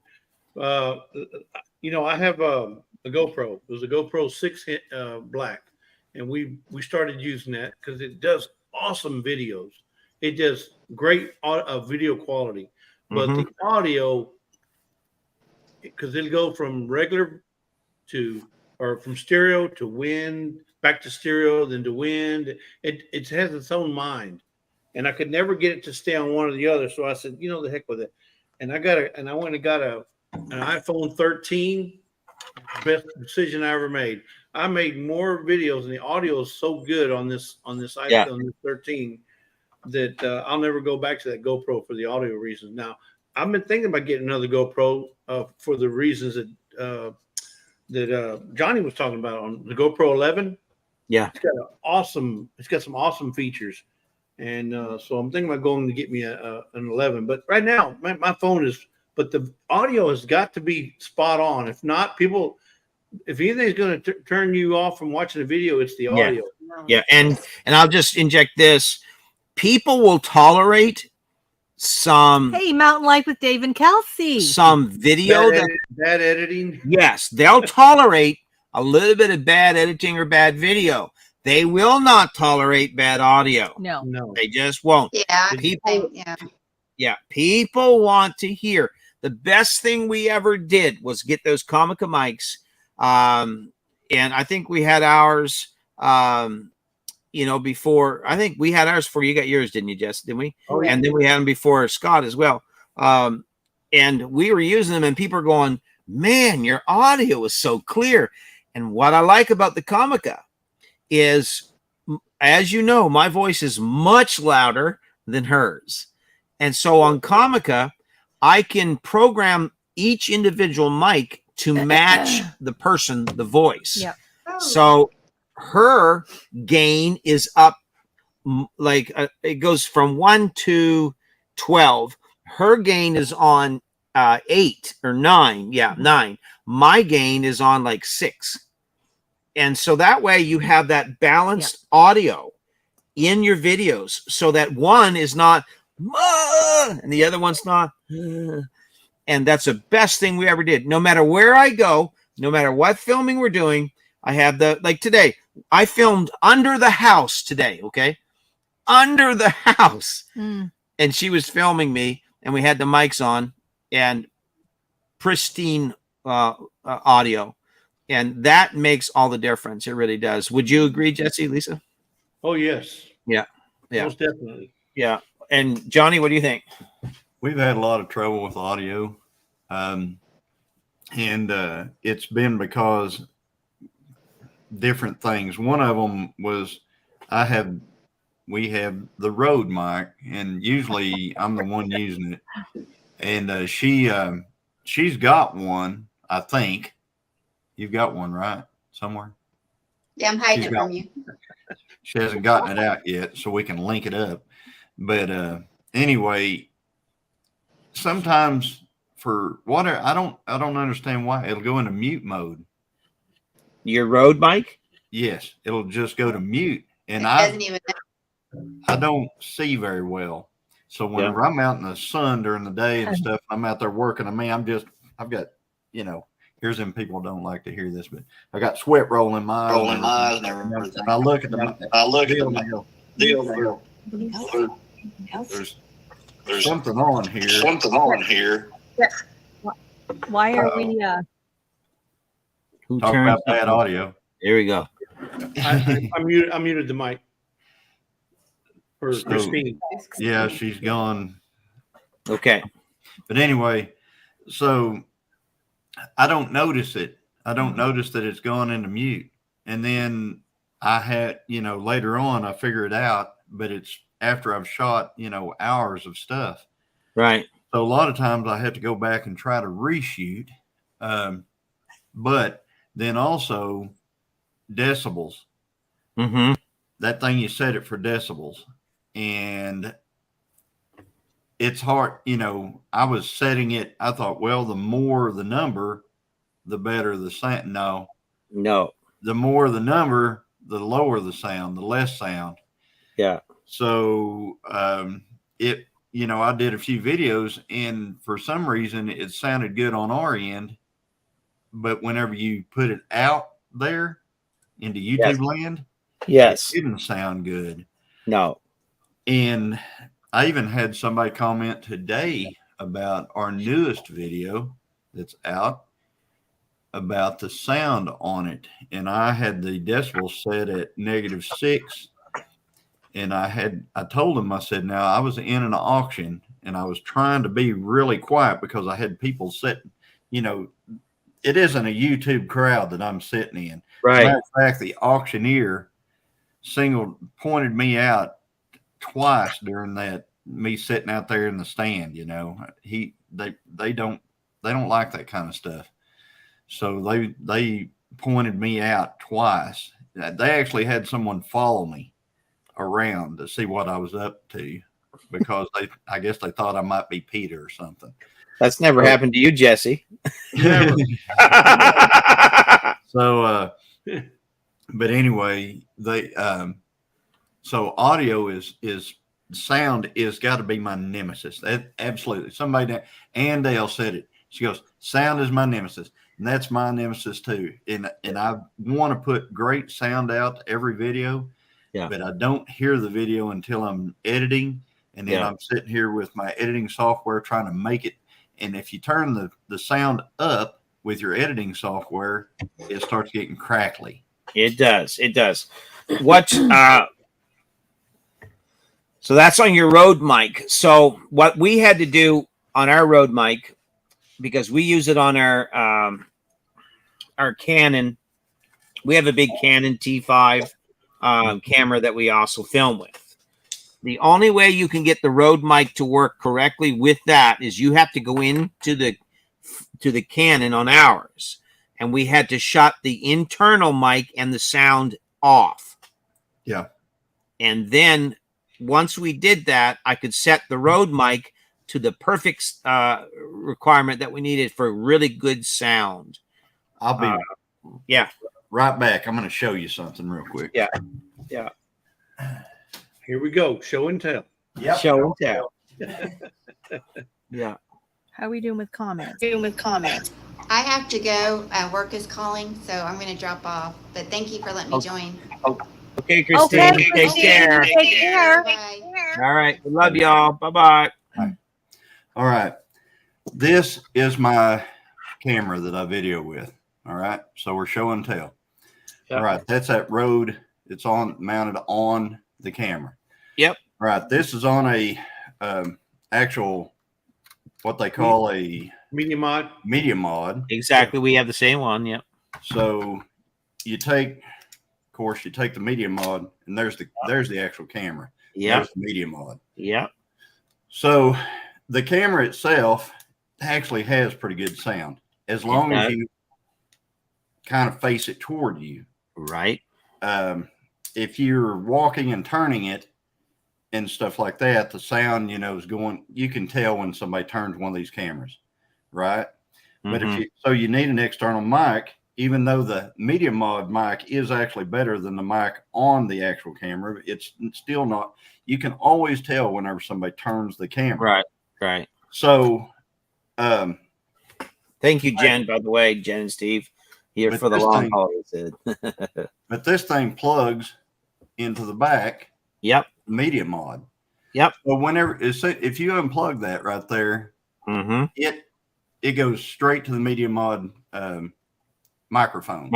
Yeah. So it starts working, just perfect. If your Rode goes into mute mode and you have this plugged in, you don't get no sound. No, it's muted. So as soon as you pull that out, you get sound again. That just disables your Rode, and you're good to go. But so quick question: you need to figure out what's causing it to go on mute. Well, yeah, or get better. I think I've kind of figured it out. What I've figured out is if I turn off this, which is what I wear on my hat, the actual mic. If I turn it off and I don't turn off this right here, like within just a couple of minutes, your receiver off, this goes into mute mode automatically. Right. Yes. And so I always nowadays I just turn this off first and then I turn off the mic. Yeah. That Rode from going into mute. Yeah, because Rode mics are built that way. If they're not receiving a signal from your mic, they assume you you turned it off. Yep. Most Rode mics do that. Ours will do that. So they will automatically set to go to mute when they lose that signal. Okay. They all do. I think 90% of Rode mics are made that way. I know ours is made that way. Everyone that I have known of does the same thing. So the only way that I know of to stop that from happening is just leave your microphone on and then edit the voice out. And that'll keep it from going on the mute. Yeah. But the Comicas, the ones we all use, that it never stops. Like if I shut my mic off, the receiver will stay on. It'll be good. It'll run well. Then I can turn the microphone back on, whatever. And it's still there receiving. And that's the reviews of the Comica were so good. I mean, have you had any problems with yours, Jesse? No. No. I mean, you say it's real simple. They're on all the time until you turn them off or mute them. Yeah. Yeah. They don't have, in fact, they're not even voice command. Like your GoPro has a voice command where you could say, GoPro stop recording, GoPro. Yeah. They're not, so you can't accidentally mute it. You have to actually hit the button. Yeah. Yeah, for sure. But that could be, I know our Rode mic will do the same thing, but that's why we just left it on and had no issues with it. But we use ours strictly on our Canon, and we had to turn the Canon internal stuff right off. It was the only way to make the Rode mic work properly, and you may have to just leave yours on. So, yeah, I'm just from now, now it hasn't done that for a little while for me, but it's because I've just left it on, just let it run. It didn't run a long time. Yeah. Mountain Life, David and Kelsey. Thanks, guys, for stopping in. It's been a while. Great young couple. Oh, it's been a long time out in BC, and we were there when they started their channel, and they're pretty big now. They grew very fast. Doing great. But quickly. David just said he went back to working construction because the pay is good. He'll do videos on the weekends, and Kelsey starts back to teaching tomorrow. Well, good luck, guys. So they're doing what we were just talking about an hour ago of how hard it is to work balance full-time everything, jobs yeah. and still try to do Yeah. YouTube. Mhm. They're Yeah. you guys should have been here for that part. I did it for my last 2 years of working with Shell, and it was rough. Yeah. We didn't even start the channel yet. I was moderating. Yeah. Yeah. A lot of hours Yes. moderating. Yeah. So it takes a lot. See, Jen filmed everything on iPhone 6 before Mother's Day. That's a Yeah, we were talking about that in chat, good. and David said he uses what, the iPhone, what do you say, 10? Jen said previously she has Yeah. a 13 Pro Max. yeah. And I said that many channels, they just use their phone, and those phones are great. I mean, Yeah. what, they got 3 and 4 cameras now. Yeah. But I think, you have to do the best you can do with what you can afford to do it with. that's you know? right. That's it. But it's all. I think if we all work hard at putting out good content, I know good content is important to us. I know Jesse and Lisa, it's good to them, and I'm sure Johnny, it's important to you as well. So you don't watch my videos. Well, I try not to. Honest. No, I'm just kidding. I watch all your videos. I would, but the sound's never there, so I have to. Yeah, there you go. I got to read lips. I got to read lips, for pity's sakes. Hound of Goshen says, Johnny, he really enjoys and appreciates your drone shots. Yeah. That's Thank you. awesome. Yeah. And that's something else when we talk about drones. Yeah. I mean, we have one, but it's just, well, first off, you got the weather's got to be right. See, here in the wintertime, you lose a drone here in the Yeah. wintertime, you ain't finding it. Okay. That thing dives to 4 feet of snow.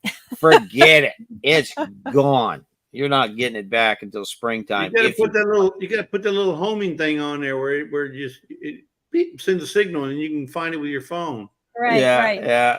Jim Mills has to go, dear. Yeah. Yeah. Hey, Jim, you take care.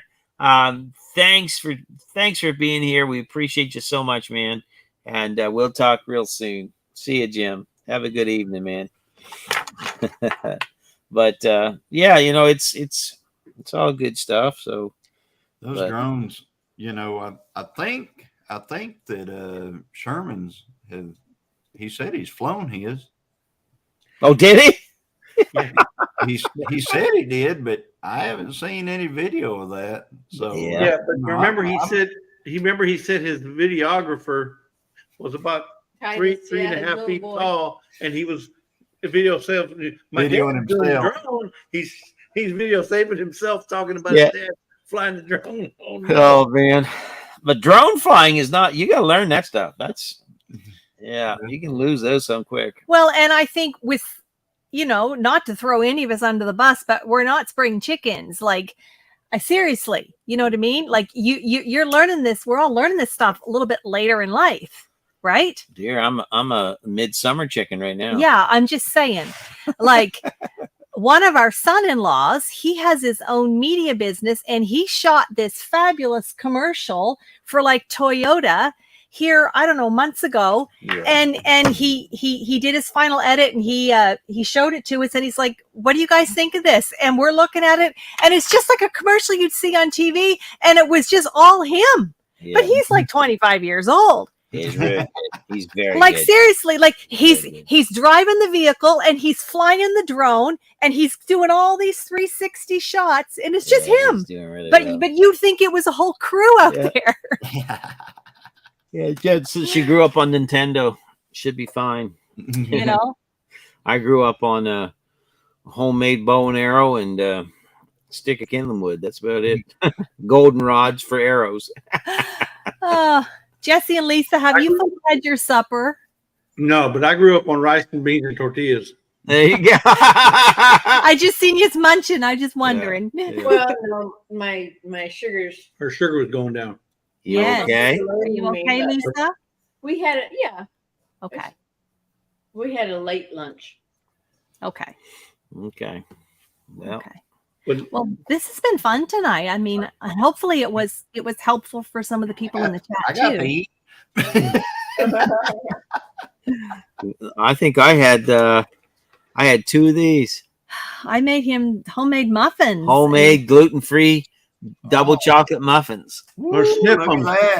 Get it right. They're called sniff'ems. Sniff them. We did a live, and I think everybody was eating in the live. Well, especially talking about watermelon. If I don't eat a Yeah, good meal, I think there were 5 people in that live. There were 5 families in that live that were eating watermelon at one time. But yeah, I remember how the Gosha said I grew up pushing a wheelbarrow around for entertainment. Remember those little tricycles? Every little kid had a little tricycle Oh, and that a was big my- wheel in the front. You just go all you're worth. Yeah, You stand on the back of it and push it Yeah. with your other leg. yeah. Do donuts. Those were the days. And they had the ones with the big wheel in the front, and then they had the ones with the smaller wheel in the front. Yeah, yeah. Yep. Remember that? It was called the big wheel. Yeah, the big wheel. Yeah. Yeah. And then we had, of course, we always went to the well and pulled water up with the bucket. Then didn't have water. Yeah. So, That's right, Jen. You got to eat on a live. no. But anyway, Yeah. Yeah. I think it Jesse- brings something to it. What'd you say? bring something to it. Oh, yeah. I Well, think it brings something into a live, because I see all these people, they'll lean way out here, and they're taking a bite or getting a drink or something, and then they'll pop back in. They're like, I'm not going to do that. swallowing it. Jesse never does that, but No. I need to check my pump or this one here. He's scratching to get on her lap. Yeah. right. Yeah. Jen says big wheel was the best. Had a trunk for a sandwich. yeah. What's Yeah. big wheel? The big wheel tricycle. Big wheel. Oh, Yeah. The old I guess big I didn't wheel have a we trike. used to ride No, around. you sold yours in the yard sale. I didn't have a trike.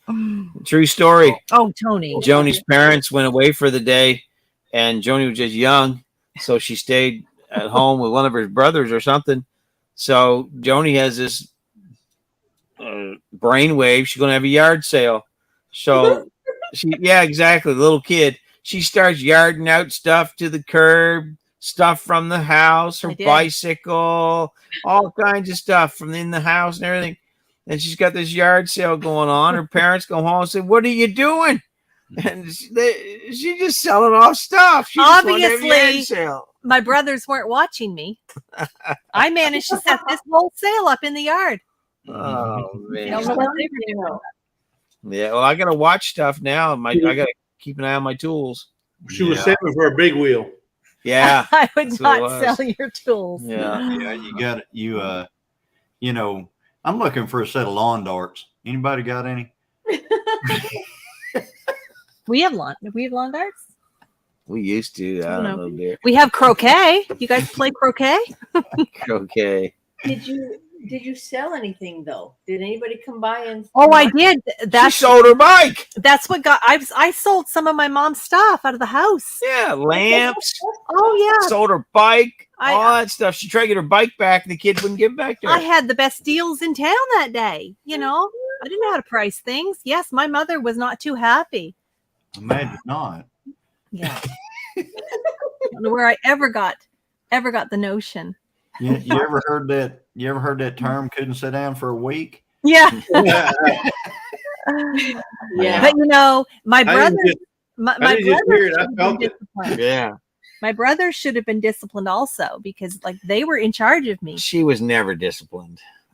She was spoiled rotten. She came 11 years after her last brother, and look, She was queen of the household. she was queen of the household. What does Jen say? They play what? Bocce.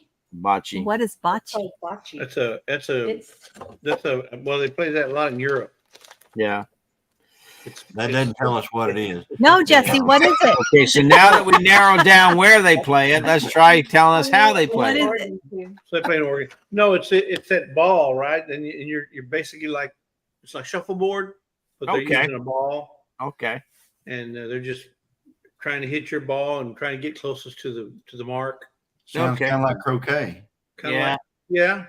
or ping pong. Well, now my girlfriend up in Oregon, though, the Special Olympics do play bocce a lot, so they Okay. do that with them. So Jen says it's like shuffleboard with balls, but it's totally different. Yeah, exactly the same, but a whole A lot lot different. different. Yeah. Okay. Yeah. That cleared it up. Probably like curling. Probably like curling, I would She say. said like Yeah. horseshoes. It's And Italian. you want to get you get your ball the closest to the Like horseshoes. Yeah, They exactly. play it at the beach in South Carolina. They play it a lot over there at the Eiffel Tower, down below the Eiffel Tower in France. Yeah, it came from Italy. That's where I first saw You, it. you all are Googling. Really? Yeah, we are. Yeah, when we went to Paris, Oh, in France, at the Eiffel I Tower. figured he was pulling her leg, but No, that's why I True said story. really. I don't know. I know you have to wait for Jesse to get into it a bit before you realize, okay, is this true or is Yeah. he just making Well, this up? Lisa, I totally get it. I'm the same way with him. Sometimes if I ask him something that I know not about, Tony has such a good poker face and he's such an awesome bluffer that sometimes, because he has fed me lines before and I fell for it. So And I we've just never give him that talked look. about it before, so I don't know. They said they played it back during the Roman Empire. exactly. It's grown up marbles. Well, David Gibson said it's lawn bowling. It's grown up marbles. You're trying to hit the other marble all the way and get closer to the mark. So basically, it's like curling with balls on the lawn. And Jesse, what was that marble game you told us about last night? Dirty marbles. Dirty Dirty marbles. marbles. Anyone in here at the chat ever played that? It's a board game. A board game. Dirty marbles. Dirty marbles. And Jesse made his own board. I did. Jessica Dirty. Jesse, show us. Quite the. This was amazing. Yeah. Did he Did he engrave it? I think that's coming next. He's had this made for years, I believe. No, it's just Lisa. What? Just Lisa. Just Lisa. Yeah, he said he's had it made for years. He's I had said, no, it- it's Lisa. He's had the board made. 2014 he made it. Yeah, because he put the penny in it. Jesse puts a penny in it. These are the marbles. They look like gumballs, but they're not. They're What size are 24 millimeter colored marbles. Yeah. And it's like Oh it's no. like Looks like Chinese checkers. Yeah, Chinese- almost like Chinese checkers. Like trouble and Chinese. Like trouble. Everybody starts off with a color, and you have to draw. There's a deck of cards. And you have to draw certain cards to get out of your little. So it's trouble with marbles. Troubled marbles. That's what I said. I said if Chinese checkers and troubles had a baby, that's what it would be. Exactly. So I made one for 6 players, and I made one for 4 players. There you go. But you draw cards to Yeah. move around. There's official rules. There's rules. Trust me. Yeah, apparently you can We look didn't it up. that's something I made up. Yeah. Nice. Yeah. And it could be like sorry as well. Yeah. Yeah, yeah, Yeah, that's cool. That's cool, Jesse. You'll have to. that is. You're going to bring it down to Pinecone Fest. I can bring it to Pinecone Fest, but you can't eat these, Johnny. They're actually Hey, they're real.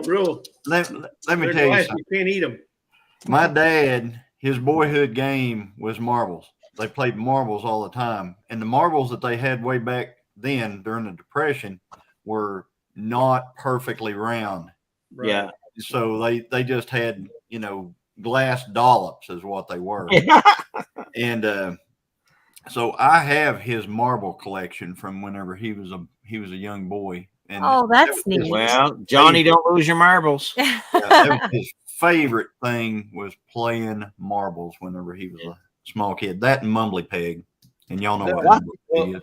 Mumbly Pig.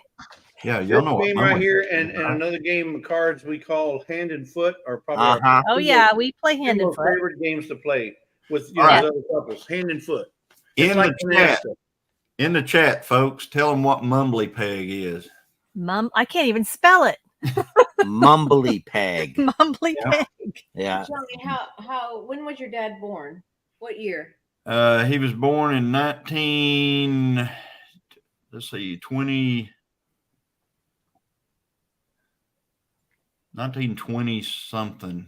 Oh, He wow. died So he was around several like years ago in Okay. his 80s. But Okay. but we played Mumbly Peg whenever I was in school. Huh. Yeah. If you tried to play Mumbly Peg in school now, they would arrest you and haul. Yeah. Did you find it, Tony? You use your pocket Well, knife. I'm surprised that you do not know what Mumbly Peg is. Anne has no clue. Never heard of it. I never heard tell of it. My Use mom probably would. but my mom was born in 36, but my dad was born in 1925, but he's been dead 10 years now. But Yeah. my mom, they played jacks. Jacks was. I That remember other playing jacks. where you Those step little on them and Tiddlywinks. Yeah, Tiddlywinks. no hurt. barefoot. Yeah. But all right, Mumbly Peg is a game that you play with a pocket knife. Yep. Yeah, Tony's Googling it right now. Okay. Have you found it, Tony? Yeah. Yeah. Okay. Yeah. Tony, hold it up to the screen. Of course, everyone's probably Googling at home. Well, we played that in grade I'm school. ready. I'm Yep. ready. Yep. Yeah. Now what do I do? You would be. Oops, I just. Now what do I do? Dave Gibson says flipping an open jackknife to get a blade to stick. Yep. But Wow. You're Tell me trying how to. close you can get But you're to it trying like to that. get it. You got your foot against your opponent, and you're trying to get it to stick. No, Jesse. You're trying to stick it farther out than your opponent while you're standing basically foot to foot. Oh, So the game comes with appropriate size But bandages. if you put the knife into your own foot, you automatically win. My or lose, however you want to look at it. Ouch. Yep. That's mumbly crazy. peg. So we played that in grade school on the playground whenever I was a kid. Wow. And what state was this? Oklahoma. In Oklahoma. There isn't any other states. That's right. There is. Jen says There is. There's the state of confusion. Russian roulette on your feet. Yeah. That's kind of what it is. Russian roulette on your feet. Yeah. Mm. Can you Yeah, imagine we kids We playing used to that play today? that. No, we used to I've take got the scars knife. on They my feet. used to put your hand like that and take the knife and go like this. Oh yeah, done that too. Yeah. See how fast All you can fun and see. games till someone gets cut. My goodness. You know, I also took a shotgun to school for show and tell in second grade. Good luck with that now. Wow. Good luck with that now. Yeah. Man, you can't even take a fork to school with you. No, Man. it's the world's gone mad. Yeah. Can't yeah. take your Bible. Yeah, you No. can't take your Bible. You can't do anything. No, That's your ridiculous. Bible's about as bad You as can't even take a water pistol. No, Nothing. Yeah. Nothing. No, because that happened at our school. Yeah, it's crazy. I mean, Mm. all the restrictions. Yep. Looked like a real one. And Yeah. Kid got told on, and yeah. Yeah. Huh. Who was it? I never heard her tell of that, Jen. Some little 5-year-old kid kissed another little 5-year-old girl on the cheek or something, and they expelled him from school. Oh my. Yeah. It's crazy. 5 years old, eh? Well, they're just being friends, you know? Mhm. He's used to his mama giving him a kiss on the cheek. That's all he's doing. The world doesn't understand normal. No, they don't want normal. Right. That's the bottom line. But we better not get into that. You know? yeah, That. probably not. Foot to foot and tried to push the Yeah. over. Hey, Joe. Joe said, Jesse, your dad played that game with the knife. Oh well, he never taught it to me. Yeah. There you go. Jesse, he now probably. you know why he's only got 4 toes on that one foot. I got And scars on Jesse- my foot. Why you wear shoes all the I was time? wondering why he walks with a limp. Well, Johnny, no wonder wearing flip flops. Hey, you get tough feet whenever you grew up like I did. Yeah. Oh, trust me, I know it's rough. Yeah, we grew up pretty rough too. I told Jesse the other day, I said, I think it was Jesse I talked to. I said, in the wintertime, we got a new pair of old cloth Converse sneakers. Yep. Go back to school with, and then the summertime, you got a new pair of gum rubber boots, and that's what you wore everywhere. So Yep. yeah, it was crazy. You know that choosing your own clothes wasn't a thing. No, it was, you know, are these patched too much to wear again? You're right. Yeah. You know, it still amazes me. I was watching the other day. You know, people will pay good money to buy jeans with holes in the Yeah. Yes. all in them. Yeah. And when we were kids, we we tried everything in the world to not wear clothes with holes in them. With holes in them. We were, we had a lot of holy clothes, but we we might have to wear the same pair of jeans several days in a row and not wear the pairs with holes in them because we didn't want to be embarrassed. Yeah. Now they pay good money for stuff. I know it. It's wore out. Had I've only known, I don't know how many pairs of jeans I wore the knees out of, shredded them, hauling hay. Yeah. Because back then those bales, you just put them on your knee and threw them up on it. Yeah. And man, you'd shred the legs and knees in those jeans. Had I've only known, I would have kept them all and sold them for big money. You go, Jen. You go. There you go, Jen. We were. And me a ring and I punched him. Was his name Johnny? We were all ahead of our time. There you go. There you go, man. But back then, we just ran around. I mean, as kids, we never had a shirt on. It was so hot. We just, you run to the creek, and I remember hauling hay all day. Then you run to the creek and jump in with the bar soap. We never had running water. Drink out of We'll do that. No. drink out of the water hose. Somebody hypnotized a boy they liked in first grade with a rock. And kissed him under the outdoor stairs, the upstairs class, and ran away. That was Jen. now I know why Jen got the name Good Times Homestead. There she goes. There you go. Truth is coming out now. Jen puts the good in good times. There you go. Truth is all coming out now. Yeah. Oh, that's funny. Well. We're going to call it a night. Right. It's pretty late here. Yeah, it's 11:15 here. So. Yeah. But it's been good. Wow. Good time. I've enjoyed it. We've had some really good. We've had some good conversation tonight. We really have. So, thank you for having me on. I appreciate it. And you're Johnny. Well, actually, we kind of felt sorry for you since you've been all by yourself, you're lonesome, and this is your last night by yourself. Thought maybe you wanted some company. Yeah. Well, I asked Jesse, who's the saddest, most depressed fella we could bring up here. He right away, Johnny. No, just kidding. Yep. No, it's always a good time. I always, whenever we have our panel on every other Saturday night, I like to bring on, I like fun people. And who gets them, who I'm always inviting. So, yeah, well, we like to have fun, that's for sure. So yeah, I don't know if I've ever, me and you, we have belly laughed more on video than anybody I've ever seen. I mean, we have rolled on these videos. Oh, Tony loves lives. But anyway, once again, Miss Ann, thank you so much for our rain today. Yeah. Thank you. Yeah. What did Jen say? That was it. It was all over by second grade. I was a good girl from then on. Yeah. Why do we not believe that? Totally, Jen.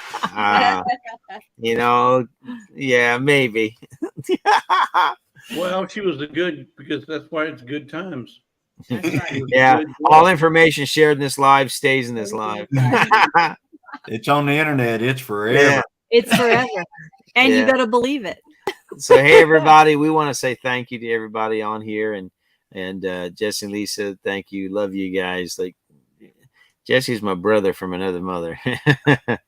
And we really, really love you guys so much. And Johnny, it's been really great getting to know you and Christine. And you guys are good people. You guys are good people, And so we appreciate that, and everyone else here in the live that hung out with us for so long. All the wonderful people in David and Sandy. We love you guys so much. Whole time. Dave and Sandy they're just salt of the earth people. They're so good. They are, and they just there's nobody in your chat that we don't like. I mean, really is. I mean, Aunt Miss Sandell, you name them all. Yeah. Dave and Sandy, and that's it. They're all good, great people. Great people. You can go down the list. I mean. Yeah.